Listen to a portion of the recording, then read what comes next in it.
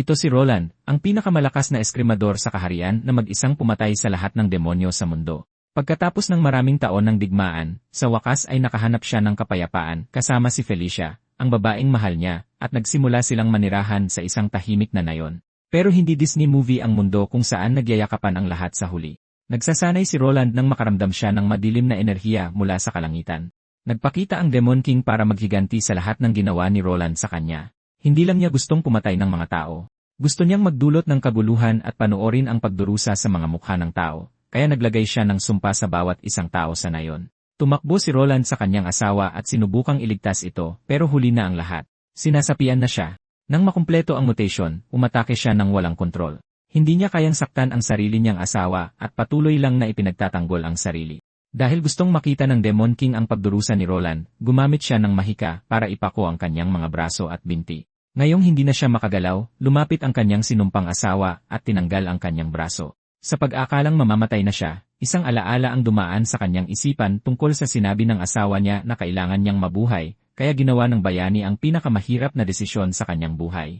Sumugod siya at ibinaon ang kanyang mga kuko sa tiyan nito, kaya kinagat niya ang hawakan ng espada gamit ang lahat ng kanyang lakas at hinati ang kanyang asawa. Humalakhak ang Demon King dahil alam niyang sa wakas ay nakapaghiganti na siya at nasira ang buhay ng bayani. Hindi nakaligtas si Roland sa kanyang mga sugat at namatay. Siyempre, babalik ang bida, magiging sobrang lakas, at maghihiganti sa Demon King tulad ng lahat ng ibang kwento. Kahit si Thanos hindi matatalo ang plot na ito. Nanalo siya sa digmaan ng 14 na milyon beses, pero sa isang beses na natalo siya, ginawan pa nila ng pelikula. Balik kay Roland, nagising sa isang bakanteng lugar na puro puti. Sinabi sa kanya ng isang diyosa na nagngangalang Menotis na hindi pa tapos ang kanyang kwento at ibabalik siya para maghiganti sa Demon King. Ang problema lang ay hindi na siya magiging eskrimador muli dahil nasira ang braso na ginagamit niya sa espada, kaya binigyan siya nito ng kapalit na braso. Nahulog si Roland mula sa langit at nagising sa lupa. Doon niya nalaman na nasa kanya ang braso ng kanyang asawa, pero ang mutant version. Inilibing niya ang mga labi ni Felicia at sinubukang kunin ang kanyang sagradong espada, ngunit tinanggihan ito ng bagong braso. Isang halimaw ang nagpakita para umatake. Iwinasiwas ni Roland ang mutant na braso at sumuntok ng napakalakas na nagpadurog sa halimaw. Hindi lang isang sumpa ang bagong brasong ito. Mayroon itong napakalakas na puwersa na lumalabag sa mga batas ng realidad. Nasa kanya na ang kailangan niya para maghiganti, pero mabigat ang kapalit dahil kapag nakita ng mga tao ang kanyang naging anyo, hindi na nila siya tinitingnan bilang isang bayani. Nakikita nila ay isang halimaw. Kumalat ang mga chismis na parang apoy. Kalahati ng nayon ay naging mutant at ang kalahati ay patay. Kaya umalis si Roland sa nasirang lupain nang bigla na lang, tinamaan siya ng flying kick sa likod ng kanyang ulo. Si Solana, ang nakababatang kapatid ni Felicia at kanyang hipag. Napakagaling niyang lumaban na ayaw makinig sa kanya at agad na sumusugod. Ipinagtatanggol lang ni Roland ang sarili dahil siya na lang ang natitirang pamilya niya sa panig ng kanyang asawa. Sa gitna ng laban, isang dambuhalang halimaw ang tumambang kay Solana at naghagis ng malaking bato sa kanya. Nang malapit nang bumagsak ang nilalang sa kanya, tumalon si Roland sa ulo ng halimaw, sinunggaban ito sa leeg, at dinurog ang bungo nito gamit ang bagong braso. Doon niya napagtanto na sinisipsip ng bagong braso ang lakas ng sinumang pinapatay niya. Kinagabihan, kumalma na si Solana, at sa wakas ay nasabi ni Roland ang malupit na katotohanan tungkol sa nangyari kay Felicia. Sa halip na sisihin siya, hinawakan niya ang kanyang mutant na kamay at iginiit na sumama sa misyon ng paghihiganti. Naglakbay sila ng magkasama at naisip na ang pinakamabilis na paraan para mahanap ang Demon King ay painin ito sa pamamagitan ng paglipol sa kanyang mga tenyente. Dumiretso sila sa kastilyo ni Meridog, ngunit nang sirain nila ang mga pinto, wala ang Demon King. Bigla, isang hindi pamilyar na boses ang nagsabing wala doon ang executive. Lumapit ang nagsasalita at ipinakilala ang sarili bilang si Kron. Sabi niya, siya ang namamahala sa lugar habang wala ang kanyang amo. Sa pagtingin ng malapitan, nakilala ng bata si Roland at tinanong kung paano pa siya nabuhay. Sabi sa chismis, pinatay siya ng Demon Lord. Sa isang iglap, sumugod si Roland, ngunit nakaiwas si Kron, binalaan siya kung gaano iyon kapanganib at tumawa na nasa gitna sila ng isang mahalagang usapan. Umiwas ulit si Kron, sa pagkakataong ito ay iniiwasan ang biglaang atake ni Solana at tinukso sila sa pagiging malupit para atakihin ang isang bata. Kahit si Roland ay nagulat na ang paslit ay sapat na mabilis para malampasan kahit si Meridogo. Sa kabilang banda, masaya si Krones nang makita ang braso ng mandirigma na halatang galing sa isang babaeng naging halimaw. Napatawa siya sa nakita. Hindi na makapaghintay na sabihin sa Demon Lord ang kanyang nahanap. Tinanong ng bida kung sino siya at kung saan nagpunta si Meridogo. Hindi sasagutin ng bata. Pero dahil mabait siya, binigyan sila ni Krones ng isang impormasyon. Pumunta si Meridogo sa Okuna Village kung saan muling nagtatayo ang mga nakaligtas. Hindi makapaniwala si Roland na wawasakin na naman nila ang kanyang bayan. Lalo lang napatawa si Crones sa kanilang pagkagulat kung gusto nila siyang pigilan. Wala silang oras para mag-usap lang. Kahit paano, wala siyang balak na pigilan sila sa pag-alis. Alam ng bida na maaaring maging problema sa huli kung iwan nila si Crones, pero hindi nila kayang makipaglaban at bumalik pa. Sabi ni Solana, tatakbo sila papuntang Okuna at mabilis na alis sa palasyo. Sumunod si Roland, hindi niya hahayaang mamatay ang mga inosenteng tao. Pero, sinabihan niya ang bata na maghintay. Babalikan nila siya para patayin mamaya. Ikinatuwa lang iyon ni Crones. Sa pagkakataong nasa harap niya, nagpasya siyang iulat ang lahat ng kanyang nakita. Mas magiging interesante ang mga bagay-bagay. Samantala, inaatake ni Meridogo ang mga taga na yon, tinatanong ang bawat isa kung nasaan ang katawan ni Roland. Sabi niya, malaking karangalan para sa isang demonyo na pagkalooban ng rehiyon ng kanilang Panginoon. Kahit na, ang pagkatalo sa isang tao lang sa unang araw ay isang kahihiyan na hindi niya malilimutan. Kaya nandito siya para ulitin ang lahat ng kanyang mga kabiguan matapos bumalik mula sa impyerno. Hihilahin din niya ang isa pang babae sa mundong ito, at sa pagkakataong ito, siya ang mananalo. Isang taga na yon ang nagtanong kung hindi rin ba ginawang halimaw ng mga demonyo si Roland. Hindi iyon ang narinig ni Meridogo mula sa Panginoon, kaya humingi siya ng mga detalye hanggang sa dumating mismo si Roland na pinipigilan ang pagkasira bago pa ito kumalat. Perpekto. Hindi na kailangang maghalungkat sa mga bangkay. Mas gugustuhin ni Meridogo na labanan siyang muli. Binanggit niya ang braso ng pagtanggi na kayang iligtas ang mundo, ibig sabihin ang bagong kapangyarihan ng bida, at unang sumugod si Solana. Ayaw niyang hindi pansinin. Hindi nila gagawin ang gusto niya at handa na siyang lumaban. Habang nakikipaglaban sa hipag ni Roland, binunot ni Meridogo ang isang dakot ng kanyang sariling buhok at inihagis ito. Bumulwak ang lava. Mula rito, bumangon ang mga nilalang at sumugod. Ang mga taga na yon, mga sundalong apoy ni Meridogo, na ginawa para sunugin ang bawat tao sa paligid. Ito'y isang malinaw na patibong para ilayo si Solana sa duelo. Walang sinuman sa kanila ang gusto nito, kahit na igiit ng demonyong executive na gusto lang niya ng isahan laban kay Roland. Nangako pa siyang hindi na niya gagalawin ang nayon, at tinawag itong patas na paraan. Walang pagpipilian si Roland kundi sumang-ayon. Sinabihan niya ang kanyang hipag na tulungan ang mga tao habang siya ang haharap sa halimaw. Alam niyang nag-aalala ito, pero kung mag-aalangan siya, mas maraming buhay ang mawawala. Umalis si Solana, sumusunod sa plano. Babalik siya agad, mag-isa. Naghanda si Meridogo tapos ay huminto. Iba ang pakiramdam ni Roland kaysa dati.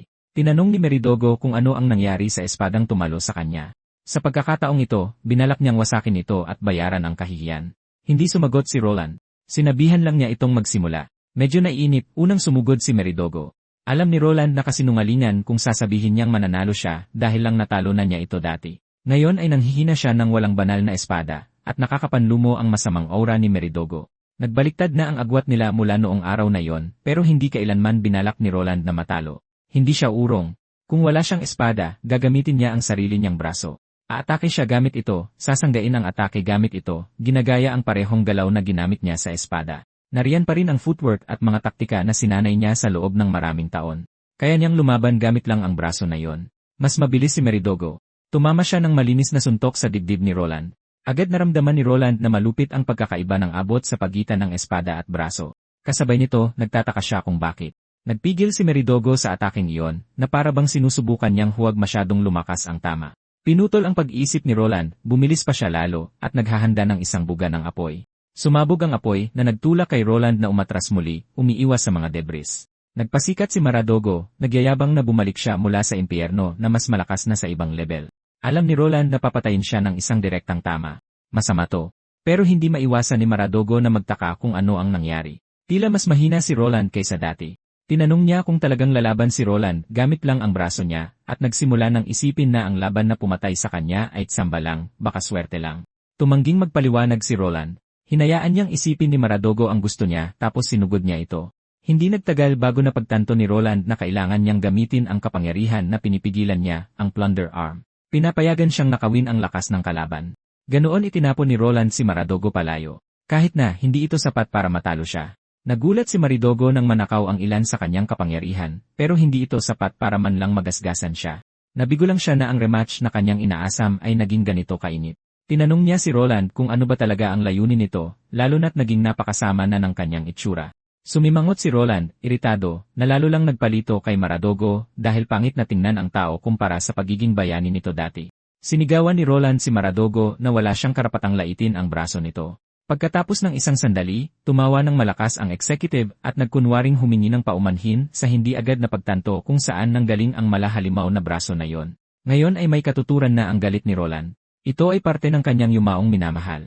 Patuloy siyang nilalait ni Meridogo sa pagiging tanga nito na hinahayaang kontrolin siya ng kanyang damdamin. Naglaho ang mga salita ni Meridogo sa isip ni Roland na palitan ang tahimik na paghingi niya ng tawad kay Felicia. Kinailangan niyang gamitin ito para sa mga kakilakilabot na bagay. Kahit na, gusto niyang tapusin ito ng mabilis at patigilin ang kanyang kalaban sa pagsasalita ng walang kabuluhan.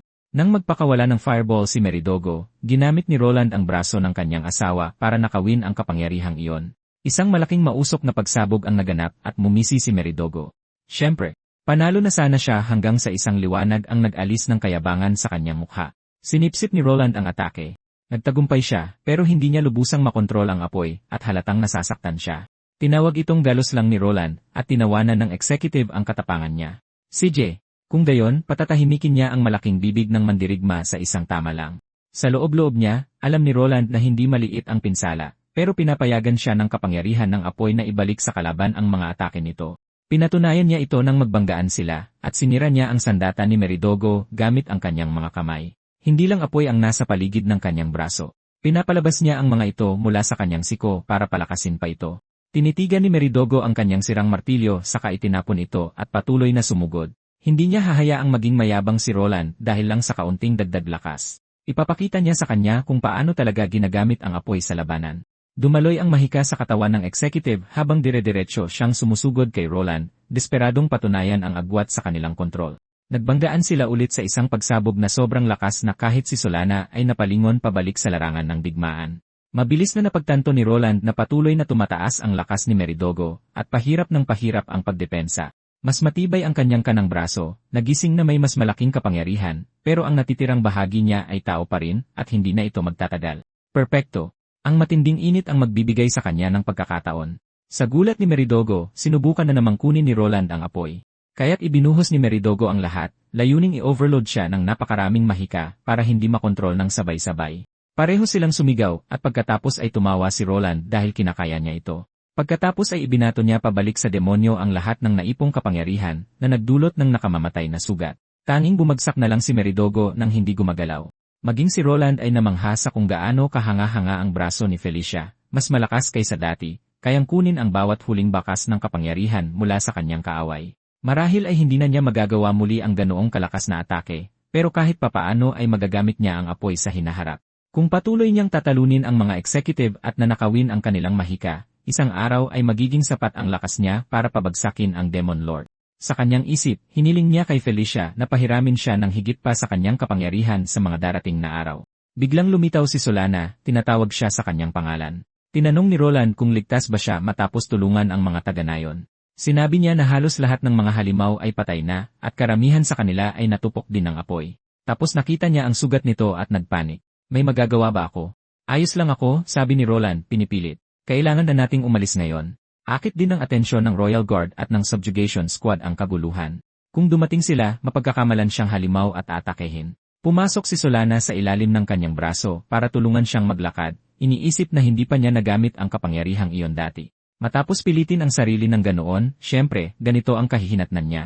Kaya nagpasya siyang maging suporta na kailangan niya hanggang sa makalabas sila. Bago sila makaalis, may isang boses na tumawag, humihiling kay Roland na maghintay. Ilan sa mga nakaligtas na taga-nayon ang lumapit. Gusto nila malaman ang katotohanan. Hindi ba talaga siya naging isang uri ng nilalang? Iyon ang inakala nila noong una siyang makita, kaya nagulat sila nang mapagtantong tao pa rin si Roland. Hindi man lang alam ni Roland kung ano ang sasabihin, iniisip ang lahat ng pinagdaanan niya, pero si Solana ang sumagot para sa kanya. Tao siya, sabi niya, ganap na tao. Kailangan lang nilang tingnan kung paano siya lumaban. Ginawa niya ang lahat para protektahan sila para harapin si Meridogo at manalo. Sa kaibuturan, hindi nagbago si Roland. Siya pa rin ang pinakadakilang bayani ng ngayong iyon. Naramdaman ni Roland na nanikip ang kanyang lalamunan. Isa-isang tumango ang mga taga-nayon, naaalala na siya ang kanilang ipinagmamalaki. May isang humingi ng paumanhin sa kung paano nila siya tinrato kanina, at sumunod ang iba, nagpapasalamat sa pagligtas sa kanila, at tinatanong kung kumusta na siya. Ngayong alam na nila ang katotohanan, gusto nilang iulat ito sa Subjugation Squad ng kaharian para matiyak na hindi tutugisin si Roland. Nagpasalamat si Roland pero umiling siya. Huwag. Ang itsura niya ngayon ay magpapatuloy lang sa hindi pagkakaunawaan. Kapag natakot na ang mga tao at nagsimulang magduda sa kanya, ilang sandali na lang ay mapipilitan na siyang ihiwalay ang sarili sa sangkatauhan. Kahit may maniwala sa kanya, tatawagin sila ng iba na na-brainwash ng mga demonyo. Hindi niya hahayaang madamay ang mga inosenteng tao sa panganib dahil sa kanya. Sinabihan niya silang umalis na sa nayon at nagpa siyang iwan ang mga nakaligtas para mamahala habang paalis na sila ni Solana. Ganoon pa man, ilang taga-nayon ang nagpumilit na tumulong. Tumakbo sila para kumuha ng mga benda at anumang gamot na mahahanap nila. Tahimik na nangako si Solana sa kanya na balang araw ay babalik sila sa bahay kasama si Felicia at sa wakas ay mamumuhay ng maligaya. Pagkatapos ay may sumingit na ibang boses. Isang lilang silweta ang nabuo sa hangin na gawang kumonekta. Lumingon sina Roland at Solana, nagulat, handang lumaban hanggang sa lumitaw si Kronos. Tumawa ang bata. Relax lang. Sa kasalukuyan kong estado, kaya ko lang kayong kausapin. Ang pangunahing katawan ko ay nasa ibang lugar. Sinabi niyang naririnig niya ang boses, pero hindi niya maramdaman ang presensyang hinahanap niya. Ganoon pa man, kahanga-hanga na natalo na naman talaga si Meridogo. At sa sitwasyong ito, isang beses lang gumagana ang necromancy. Hindi na rin naman nila siya maibabalik. Hiningi ni Roland na malaman kung sino siya. Mahahalata niyang hindi isa sa mga alagad ni Meridogo si Kronos. Tumango si Kronos. Tama, kaya ako na parito para batiin ka. Sa pagkakataong ito, nagpakilala siya ng maayos, ang bagong opisyal na itinalaga sa ilalim ng utos ng Demon Lord para palitan ang namatay na executive at sakupin ang mga bakanteng lupain. Humingi pa siya ng paumanhin sa pagsisinungaling kanina tungkol sa pagiging isang batang demonyo lamang. Ang totoo, ako ang kahalili ni Meridogo. Sinabi niyang alam niyang gusto ni Roland maghiganti sa masamang hari, pero hindi mababago ang anuman sa pagtalo sa demonyong iyon. Matagal nang hindi interesado ang boss niya kay Roland. Ganoon pa man, dahil nanalo si Roland, naisip ni Kronos na magiging malupit kung aalis siya ng walang gantimpala. Gustong-gusto ng lahi nila ang kawalan ng pag-asa ng mga tao. Iyon naman talaga ang dahilan kung bakit inaatake ang mga tao sa simula pa lang. Ang isang tulad ni Roland ay magiging isang pambihirang pagkain, at sayang kung papatayin siya kaagad. Nawalan din si Solana ng kanyang ate. Magiging kawili-wiling makita kung saan sila dadalhin ng lahat ng ito. Nautal ang dalaga na kaya niyang lumaban, nagagawin niya ang lahat para patunayan ang sarili. Tumawa lang ang bagong executive at sinabihan siyang magpatuloy sa pagsisikap dahil hindi magigising ang kawalan ng pag-asa kung hindi mauuna ang pag-asa. Kailangan nilang magpatuloy ang dalawang bayaning iyon, hindi para talunin siya, kundi para harapin si Zeno. Pagkasabi niyon, nagpaalam ang bata at naglaho. Sinabi ni Roland kay Solana na walang saysay ang paghahanap sa malapit. Sa sarili niya, hindi niya maiwasang isipin kung paano talaga binuhay ni Meridogo ng batang iyon, at pinatunayan iyon ng mabilis na paglitaw ng bagong executive. Kahit ilang beses pa silang patayin, laging may lilitaw na bago para palitan sila. Ganoon pa man, alam ni Roland na kailangan niyang talunin ang bawat demonyong makakaharap niya. Si Solana, na hindi napansin ang lahat ng iyon, ay nagliwanag ang mukha. Talagang may mahika sa mundong ito na bumubuhay ng patay, kaya dapat may paraan para maibalik si Felicia. Sa totoo lang ay nagulat si Roland na yon lang ang naiisip niya sa ngayon. Nag-alangan siya, nag-aalala na baka kakaiba ang dating niya, pero para kay Roland ay maganda yon. Sa alinmang paraan, nakahanap ulit sila ng katatagan. Mula ngayon, ang natitira na lang ay magpatuloy sa pag-usad. Sinabi ni Solana na dapat nilang gamutin ang mga sugat ng kanyang bayaw, at siya na ang bahala sa pagsasanay nito. Walang alam si Roland sa martial arts, pero siya ay may alam. Kalaunan, muling napasok ni Roland ang parehong panaginip, hinila sa puting espasyo, at nandoon siya. Nagbalik si Felicia. Hindi pa rin sila makapag-usap o magkahawakan. Isa lamang siyang likha ng kanyang isipan, ngunit isang bahagi niya ang nagnanais na makalaya mula sa lahat ng pagdurusa. Ang manirahan sa isang lugar na napakawalang laman na walang magawa ay tiyak na sobrang nakakainip. Biglang tumingin si Felicia sa gilid at naramdaman din ito ni Roland. Malapit lang ang mga apoy ni Meridogo. Ang kapangyarihang iyon ay nananatili pa rin sa loob niya. Tinanong niya kung ang apoy na iyon ba ang pumipigil sa kanyang yumaong asawa na tuluyang magpahinga ng payapa. Mahinang sinabi ni Felicia na mainit daw ito sa pakiramdam. Paggising ni Roland, masigla at malakas siyang binati ni Solana, at sinabing nag-init siya ng sabaw para sa almusal. Pagkatapos nilang kumain, maaari na silang magsimulang magsanay. Kahit na noon, hindi maiwasan ni Roland na mag-isip kung okay lang ba talaga kay Felicia na tinatahak niya ang landas na ito. Matagal na silang nagsasanay ng mga combat teknike, at kailangan niya ng oras para masanay na lumaban ng walang espada. Sinabi sa kanya ni Solana na ang pinakamahalaga sa manumanong laban ay ang footwork. Sumang-ayon si Roland. Mahalaga ang pagkontrol sa distansya at paglilipat ng bigat. Alam niya iyon dahil pinalampas niya ang maraming pagkakataon sa mid-range laban kay Meridogo, at ang hindi kinakailangang lakas sa bago niyang braso ay hindi ang sikreto para lumakas. Kaya nagpasya si Solana na suriin ang kanyang kasalukuyang antas. Magsasanay sila sa parehong paraan tulad ng mga nakaraang araw. Tumango si Roland, naghanda at sumuntok sa hangin. Isang malakas na bugso ng hangin ang umikot. Napatalon si Solana sa gulat. Mas mataas ang kapangyarihan niya kaysa kahapon. Nagliwanag ang mukha niya, kumbinsido na ang kanyang bayaw ay maaaring isang uri ng combat genius sa espada at martial arts. Natawa si Roland sa sobrang pananabik niya. Hindi naman ganoon. Nagsanay lang ako mag-isa kagabi. Nang makita ang ginawa niya sa kagubatan, napaisip si Solana kung ilang oras siyang nagpatuloy ng walang tigil. Sa kaibuturan niya, alam niyang ang pinakamahusay na espadahin sa mundo ay gumagawa ng mga bagay sa isang medyo nakakabaliw na paraan, kaya iminungkahi niya ang kabaligtaran na diskarte, lumikha ng distansya, umatras. Hindi maaaring magsuot ng mabigat na baluti ang mga martial artist, kaya mahalaga ang pag-ilag. Lalo na ngayon, hindi niya pinoprotektahan ang sarili niyang buhay. Patuloy niyang isinusubo ang sarili sa panganib. Kailangan niya ang mga pamamaraan na yon para kahit papaano ay subukan niyang manatiling medyo mas ligtas. Ipinaliwanag ni Solana na dapat nilang kontrolin ang espasyo gamit ang isang pamamaraan na tinatawag na hit and run para madali nilang mapabagsak ang maraming kalaban. Tumanggi si Roland. Kahit subukan niyang kopyahin ito, hinding-hindi niya mapapantayan ang bilis nito. Nakakagalaw siya ng ganoon dahil siya ay top class. Iyon, namula siya sa papuri, ngunit may ideya na si Roland kung paano harapin ang maraming kalaban ng sabay-sabay. Malapit sa gubat ay isang lugar na puno ng mga hellhound, mga halimaw na nangangaso gamit ang amoy ng dugo. Noong unang beses niyang talunin si Meridogo, naging magulo ang subjugation request dahil malapit ang mga nilalang na iyon. Dinampot ni Roland ang isang batong may bahid ng dugo mula sa lupa, at napatingin si Solana. Naguguluhan, pinakalma niya ito at sinabing manood. Pananatilihin niya itong ligtas. Pagkatapos ay inihagis niya ang bato sa gubat. Isang nakakatakot na presensya ang tumugon. Sabay-sabay na dumilat ang ilang pulang mata. Nakuha agad ni Solana ang ginagawa niya. Sa isang laban, ang susi ay ang pagpili ng tamang taktika, at kasama na roon laban sa mga hellhound. Kung lalabanan niya sila ngayon, makakapagsanay siya laban sa maraming kalaban ng sabay-sabay. Samantala, naglalakad si Krones sa gubat kasama ang isang takot na batang babae. Alam niyang masyadong mapanganib, pero patuloy siyang hinihikayat ng bata, na nangangakong magiging maayos ang lahat. Balik kay Roland, palapit na ang grupo. Gumagalaw ang mga hellhound ng grupo-grupo, magkakahiwalay na squad sa ilalim ng isang leader na nag-organisa ng kanilang mga atake. Kung hindi niya sila matatalo, mananatiling malayong pangarap ang pagharap sa Demon Lord. Kaya nakipaglaban si Roland ng walang bahid ng takot. Nagbabala si Solana na marami ang papalapit kahit mula sa likod. Alam na ni Roland ang pattern. Isang unit ang kukuha ng kanyang atensyon habang ang isa naman ay atake sa kanyang blind spot. Matalino sila. Ang pinakamagandang panlaban ay hit and run, palipat-lipat ng posisyon, pero hindi siya ganoon kabilis. Kaya ginawa niya ang kabaligtaran, ibinuhos ang lahat at durugin sila ng harapan. At sa bawat isang bumabagsak, kinukuha niya ang enerhiya nito, naghahanda para sa susunod, lumalakas sa bawat pagpatay. Kahit na ikamatay pa niya, hindi siya maaaring umatras, hindi hanggat hindi niya nakukuha ang kanyang paghihiganti. Habang nanonood, hindi maiwasan ni Solana na humanga. Kaya nang lumaban ng ganito ang bayaw niya. Di nagtagal, isa na lang ang natira, napakalaki, malinaw na siya ang leader. Mas malakas na resistensya. Mas malakas na kapangyarihan. Ngayon magsisimula ang tunay na laban. Ramdam ni Roland ang lakas sa kanyang kanang braso na nasa kasukdulan at alam niyang kaya niya itong pabagsakin. Sumali na rin si Solana, pinabagsak ang ilang kalapit na hellhound na sumusubok lumapit. Nakatumba na si Roland ng halos 20 pero patuloy na nagtatago ang leader sa likod ng mga bagong grupo na lumalabas mula sa gubat. Kung ganyan ang gusto nitong laro, kailangan niyang ubusin silang lahat. Tapos na ang pagsasanay. Sigurado si Roland na matatapos ito ng susunod niyang atake sa isang iglap.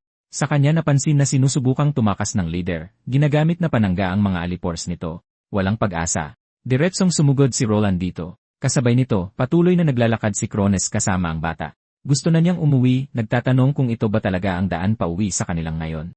Iniisip pa niya na baka naliligaw din ang bata. Walang ideya kung sino talaga ito. Nang makalayo na sila, tumawa si Krones. Inamin niyang nagsisinungaling siya sa buong panahon. May nagpatawag sa mga hellhound at malapit na siyang atakihin at patayin. Kung may gusto siyang kamuhian, dapat ang summoner.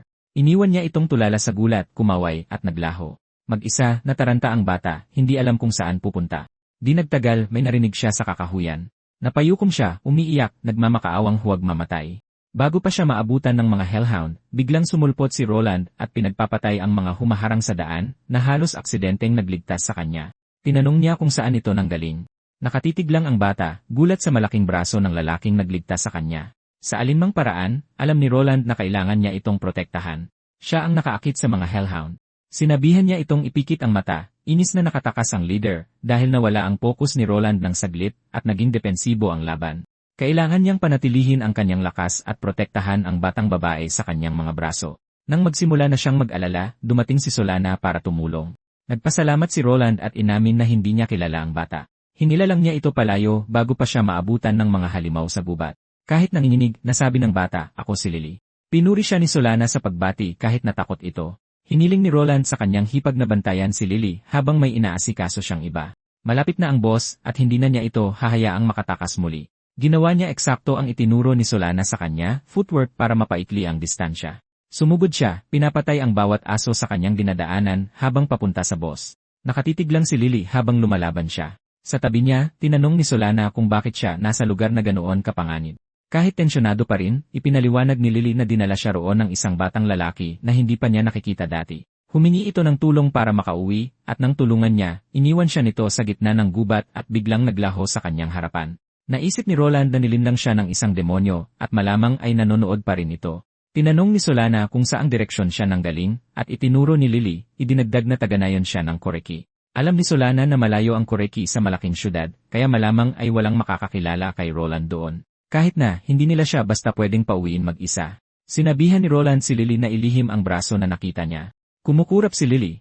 Nalilito, naisip niya na ang galing noon. Para sa kanya, kahanga-hanga ang mandirigma sa pagligtas sa kanya ng ganoon. Bumuntong hininga si Roland. Sinabihan niya itong ipikit ang mga mata habang lumalaban. Ayaw niyang makakita ang isang bata ng mga nilalang na namamatay, pero sa tingin ni Solana ay mabuti na nangyari iyon. Pagkaraan ng ilang sandali, naalala ni Roland ang ngiti ni Felicia at tahimik na sumang-ayon. Kalaunan, nagtungo ang tatlo sa nayon. Napansin ni Roland na walang masyadong mga binatang lalaki sa paligid. Kung ilan lang ang pumupunta sa guild ng lungsod, maliit ang tsansang makilala siya. Inihatid sila ni Lily sa kanilang bahay at tinawag ang kanyang ina, puno ng sigla dahil sa kanilang mga bisita. Lumabas ang kanyang ina, nagtanong kung sino sila, at natigilan nang marinig na sila ang nagligtas kay Lily mula sa isang halimaw. Sinuri niya si Lily, at mahinahong sinabi ni Lily na ayos lang siya, na naprotektahan siya ng mabuti. Matapos siyang pagalitan sa pag-alis mag-isa, niyakap siya ng mahigpit ng kanyang ina, at pinangako na hindi na niya ulitin. Maya-maya pa, pinasalamatan sila ng babae sa pinto at tinanong ang kanilang mga pangalan. Ipinakilala ni Solana ang sarili bilang isang naglalakbay na martial artist, tapos kinakabahang ipinakilala si Roland bilang Laura. Kumulot ang noo ng ina sa pambabaeng pangalan, pero nagpasalamat pa rin. Pilit na humingi ng paumanhin si Roland para sa kakaibang pangalan. Sinabi ng babae na ayos lang at inanyayahan silang pumasok, nag-aalok ng pagkain bilang pasasalamat. Nagmadali ang mag-ina sa kusina at sinenyasan silang pumasok. Agad na pinagalitan ni Roland ang kanyang hipag dahil sa pangit na pekeng pangalan. Humihingi ng paumanhin si Solana, iyon lang daw ang naisip niya. Saka, Laura ang pangalang ginamit ni Roland noong naglalaro sila ng bahay-bahayan nung mga bata pa sila. Sa loob, itinuro ni Roland kung ano ang kakaiba sa nayon at sumang-ayon si Solana. Halos walang mga lalaki. Malamang ay isang demonyo ang tumatarget sa mga taga-nayon. Kaya nagpasya silang manatili at talunin kung anuman ang nagbabanta sa mga sibilyan. Mas malakas si Cronus kaysa kay Meridogo. Kailangan nilang gamitin ang bawat libreng sandali para lumakas, labanan ang bawat demonyong lumitaw, at bumuo ng istilong babagay sa bawat sitwasyon. Ang pagligtas sa mundo ang pangarap nila mula pa sa simula. Kina Roland, Solana, at Felicia. Lumabas muli si Lily para tawagin na sila papasok. Nalibang sila sa pag-uusap. Sa labas, pinagmamasdan sila ng matandang pinuno ng nayon mula sa malayo, tahimik na sinusuri sila. Kalaunan, kinain nilang apat ang sabaw na hapunan na niluto ng nanay ni Lily. Nakangiti si Lily, ipinagmamalaki na siya ang naghiwa ng mga gulay para sa mga bisita. Sinabi ni Solana na masarap ito kahit pa humihingi ng paumanhin ang nanay dahil wala silang mas espesyal na maihain. Mula nang mamatay ang asawa niya 5 taon na ang nakalipas, kinailangan na niyang gawin ang lahat ng mag-isa. Kaya maingat na nagtanong si Roland kung ang pagkamatay ba nito ay dahil sa. Sumagot siya ng, may mga lumangguho sa labas ng nayon at isang grupo ng mga halimaw ang nanirahan doon. Namatay ang kanyang asawa noong napakabata pa ni Lily para maalala siya. Nagtanong si Solana kung bakit hindi sila umalis. Sinabi ng nanay na maliit pa si Lily noon at wala silang mapupuntahan. Ang pinuno ng nayon ay naghain ng kahilingan para sa pagsugpo, ngunit dahil napakalayo nila, walang pumansin. Alam ng bida na ang mga kahilingang iyon ay desperadong panawagan ng tulong, at kapag naisantabi na, halos hindi na muling lumilitaw. Iyon ang dahilan kung bakit ang mga nayong tulad nito ay napabayaan at hinayaang mabulok. Ayaw na ngang magreklamo ng babae tungkol dito ngayon. Hindi sumang-ayon si Roland. Hindi kailangang mag-isip ng ganyan. Kahit na naghihirap din ang ibang tao, hindi ibig sabihin na kailangan mong mamili kung sino ang karapat-dapat iligtas. Tinanong niya kung nasaan ang tribo. Sila na mismo ang haharap dito. Nag-alala ang babae dahil doon. Wala sa kanila ang mukhang may dalang sapat na bigat na sandata para naging pursigido si Lily na talunin ang mga nilalang na yon, sumang-ayon sa kanyang ina, at nagsimula pang banggitin ang isang partikular na tao. Pagkatapos ay nag-atubili siya at nanahimik. Sinabi ni Solana na sapat ang lakas nila para gawin ng maayos ang trabaho. Ang totoo, sa mga nakalipas na taon, nasanay na ang mundo sa pagkakaroon ng mga tribo ng demonyo. Nagagalit ang mga tao, ngunit sinasabi nila sa kanilang sarili na wala silang pagpipilian kundi tanggapin ito bilang normal. Kaya nagtungo silang dalawa sa mga guho para harapin ang mga halimaw.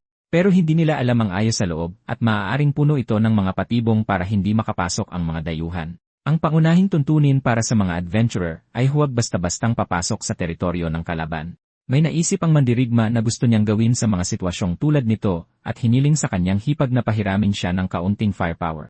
Isang mabilis na martial artist si Solana at gumagamit siya ng mga mahiwagang kagamitan para palakasin ang kanyang mga atake. Ang kanyang mga guwantes ay may kargang mahiwagang pulbura na maaaring magdulot ng mga pagsabog.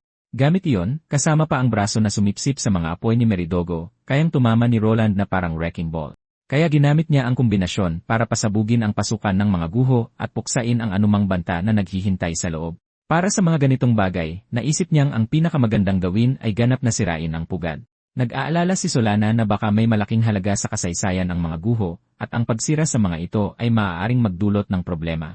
Sinabi ni Roland na mas mahalaga ang buhay ng mga taga-nayon kaysa sa isang lumang palatandaan. Bukod pa riyan, nagsisimula pa lang ang tunay na laban. May malaking lumalabas mula sa mga durog na bato. Isang malaking golem na bato ang lumitaw, at sa ibabaw nito ay may isang taong agad na napagtanto na inatake ang mga guho.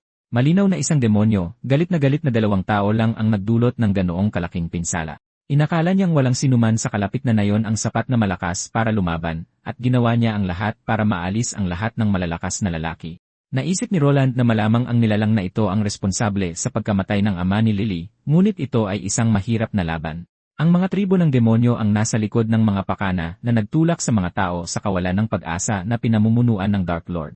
Ang mga halimaw ay mga nilalang na inuulit lamang ang pagkawasak na nangyari na dati. Ang mga golem naman ay bato at lupa lamang na pinapakilos ng mahika. Sa madaling salita, hindi kayang sipsipin ni Roland ang enerhiya mula sa kalabang iyon, isang hindi inaasahang uri ng kaaway. Naiinis ang demonyo nang mapagtanto niyang may nakakayanan sa mga atake ng golem. Gusto niyang mang-api ng mga taong hindi makalaban, ngunit ang dalawang ito ay mga martial artist. Sinugod siya ni Solana, ngunit madali niya itong naharang. Sinubukan niyang tapusin silang dalawa ng sabay at pinaurong sila gamit ang golem. Napagtanto ni Roland na ang demonyong ito ay hindi isang mataas na ranggong ehekutibo pero magaling pa rin siya. Pagkatapos ay gumamit ng mahika ang demonyo para lumikha ng mas maliliit na golem na bato para magkaroon ng oras. Sinabi ng bida kay Solana na siya na ang bahala sa maliliit, na ikinainis niya dahil parehong estratehiya ito na ginamit nila laban kay Meridogo. Ang problema ay hindi pa rin nakakalaban ng mandirigma ng ganoon kalaking golem at masyadong mapanganib para harapin ito ng kanyang hipag ng mag-isa. At sabik na sabik ang demonyo na durugin sila ng mabilis. Ang sumunod na atake ay nagpataas kay Roland ng kanang braso para humarang, at hindi ito madali. Sinubukan siyang sugurin ng mas maliliit na nilalang, ngunit mabilis silang sinira ni Solana. Mabibigat ang mga bato, at alam ng bida na hindi niya ito kayang durugin. Nang makita siyang nahihirapan, sinabi ni Solana na gamitin niya ang kanyang balakang tulad ng sa pagsasanay. Itinayo ni Roland ang kanyang mga paa at ginamit ang lakas na yon. Sa hirap, dinurog niya ang mga bato ng golem. Hindi sapat ang kakayahan ng kanyang braso ng mag-isa. Kailangan niyang palakasin ito gamit ang kanilang mga pamamaraan para makayanan ang anumang ibato ng halimaw. Pagkatapos, sa pagkabigla ni Solana, naipit ang kanyang bayaw sa pagitan ng mga kamay na bato. Ang kakasira lang ni Roland ay muling nabubuo sa isang iglap. Tumawa ang demonyo. Kayang gawing muli ng nilalang ang sarili nito tuwing kailangan. Sa mga kamay ng isang puppet master na tulad niya, ang mataas na uri ng tribo ng demonyo ay protektado ng mabuti. Nakatakas pa rin si Roland, ngunit ang bilis ng paghilom ng golem ay hindi kapanipaniwala. Ang klasikong paraan para talunin ang isang golem ay sirain ang core nito, ngunit ang isang ganoon kalaki ay maaaring may maraming puso. Kailangan niyang hanapin ang lahat ng iyon. Sumugod si Solana at sinabi sa kanya na kailangan na nilang magpalit ng posisyon. Nag-aalala si Roland na baka wala siyang sapat na lakas para sirain ito, ngunit gusto niyang hanapin ni Roland ang mga core habang nagbibigay siya ng oras gamit ang kanyang pambihirang bilis. Kaya niyang iwasan ang karamihan sa mga atake, ngunit ang mga hindi niya maiwasan ay nakakasakit pa rin. Kahit na, napagtanto niya na maaari niyang matukoy ang mga mahihinang punto sa pamamagitan ng pakikinig sa tunog na ginagawa ng bato kapag tumatama ito. Hindi niya hahayaang lumaban si Roland ng mag-isa, lalo na ngayong wala na si Felicia. Sa ngayon, siya lang ang maaaring sumuporta sa kanya. Nang tumalon pababa ang martial artist mula sa golem, sinabi niya kay Roland na nakahanap siya ng 3 core, sa kanang balikat, dibdib at tiyan. Pinoproseso pa rin ng demonyo kung paano nila nalaman iyon ng napakabilis, ngunit hindi na naghintay si Roland. Tinamaan niya ang lugar na sinabi niya. Sinira niya ang kanang balikat at, sa loob ng butas, nakahanap ng isang matingkad na asul na bato, eksakto kung ano ang kailangan niya. Tumaas ang galit ng demonyo habang nagsisimulang gumuho ang golem, at hindi niya mapigilan si Roland sa pagsira sa mga mahihinang punto. Napilitang magbago ng taktika, binago ng demonyong salamangkero ang anyo ng nilalang para makatakas ito. Walang dahilan para manatiling nakakulong kasama ang dalawang mapanganib na martial artist. Pinamumugaran lamang niya ang mga guhong ito para pahirapan ang mga mahihinang sibilyan at pigaan sila ng kawalan ng pag-asa. Sa sandaling iyon, sumugod si Solana sa bilis na kasintaas ng golem na ikinagulat niya. Hindi pa rin niya tinatanggap ang pagkatalo. Alam niyang hindi sapat ang lakas ng kanyang mga atake para sirain ang mga core, pero hindi umatras si Solana. May tinatago siyang espesyal na atake. Pinalabas niya ang mahika na nakaimbak sa kanyang mga guwantes, at sabay-sabay itong pinakawalan, ibinubuhos ang natitirang lakas apoy sa mga ito. Ang pamamaraan ay tinatawag na explosion. Ginamit niya ito sa golem at mabilis itong nagkawatak-watak. Nang mapagtantong talo na siya, nagsimulang umiyak ang demonyo at nagmakaawang huwag siyang patayin. Tinanong ni Roland kung siya ba ang nagdala sa isang babae sa gitna ng kabubatan. Itinanggi ito ng demonyo, sinabing karaniwan niyang inihuhuli ang mga pinakabata. Una, pinapatay niya ang mga adultong lalaki, at pinaparanas ng kawalan ng pag-asa ang kanilang mga anak, iniiwan ang mga mahihina na nagkakagulo para protektahan ang mga pinakamahina. Nanunumpa siyang hindi siya ang hinahanap ni Roland, nagmamakaawa para sa kanyang buhay. Mga buhay na basura lang ang nakikita ni Roland. Kung hindi ang lalaking ito, may ibang masamang nilalang na nanloko kay Lily. Dahil doon, pinaghihinalaan niya si Cronus kahit walang ebidensya. Naglakbay ang isip ni Roland. Sinubukan ng demonyo na samantalahin ang pagkakataon at umatake. Madali siyang pinigilan ni Roland at gumanti ng suntok sa mukha na nagpabagsak sa kanya ng walang pag-aalinlangan. Kahit na, alam ni Roland na hindi ito isang kalaban na may mataas na ranggo. Wala siyang iniiwang kapangyarihan tulad ng apoy ni Meridogo. Nang lumapit si Solana para tawagin siya, nagpasya si Roland na dapat na silang bumalik sa nayon sa lalong madaling panahon. Kalaunan, bumalik silang dalawa sa bahay ni Lily at sinabi sa lahat ang nangyari, na natalo nila ang demonyo sa mga guho, pero hindi pa rin nila nahanap kung sino ang nanloko sa bata kanina. Sinabi ng ina ni Lily na huwag na silang mag-alala. Sobra-sobra na ang nagawa nila sa paghihiganti para sa yumaong asawa nito. Alam ng dalawang martial artist na kung mananatili sila, magdadala lamang sila ng gulo sa mga taga nayon. Ang mga tagalabas na nagtatagal ay nakakabagabag sa mga tao. Hindi ito naintindihan ni Lily. Natalo na nila ang masamang nilalang, kaya bakit may hindi komportable? Sa halip na magpaliwanag, sinabihan siya ng kanyang ina na tumulong sa bukid. Dumidilim na. Hindi niya inalintana na iwan muna sina Roland at Solana sa bahay. Hindi niya sila pipigilan. Kahit na wala siyang maibibigay na marami, gusto niyang suklian sila ng isang tulugan at pagkain para makabawi sila ng lakas. Napagtanto ni Roland na kahit pagkatapos patayin ang demonyo, hindi pa rin niya napasaya ang mga taga nayon. Gayunpaman, gusto niyang maniwala na ang landas na tinatahak niya ay hahayaan ang mga tao na ngumiti balang araw. Balik sa kung ano ang mahalaga. Iminungkahi ni Solana na magtungo sila sa lungsod. Kulang sila sa firepower, at maaari silang makakuha ng pabuya sa pagpatay sa demonyo. Ang pinakamalapit na lugar ay ang pinakamalaking sentro ng kalakalan ng kaharian, ang Outrade. Kahit na mabayaran sila, naisip ni Roland na masyadong mapanganib na magpakita doon.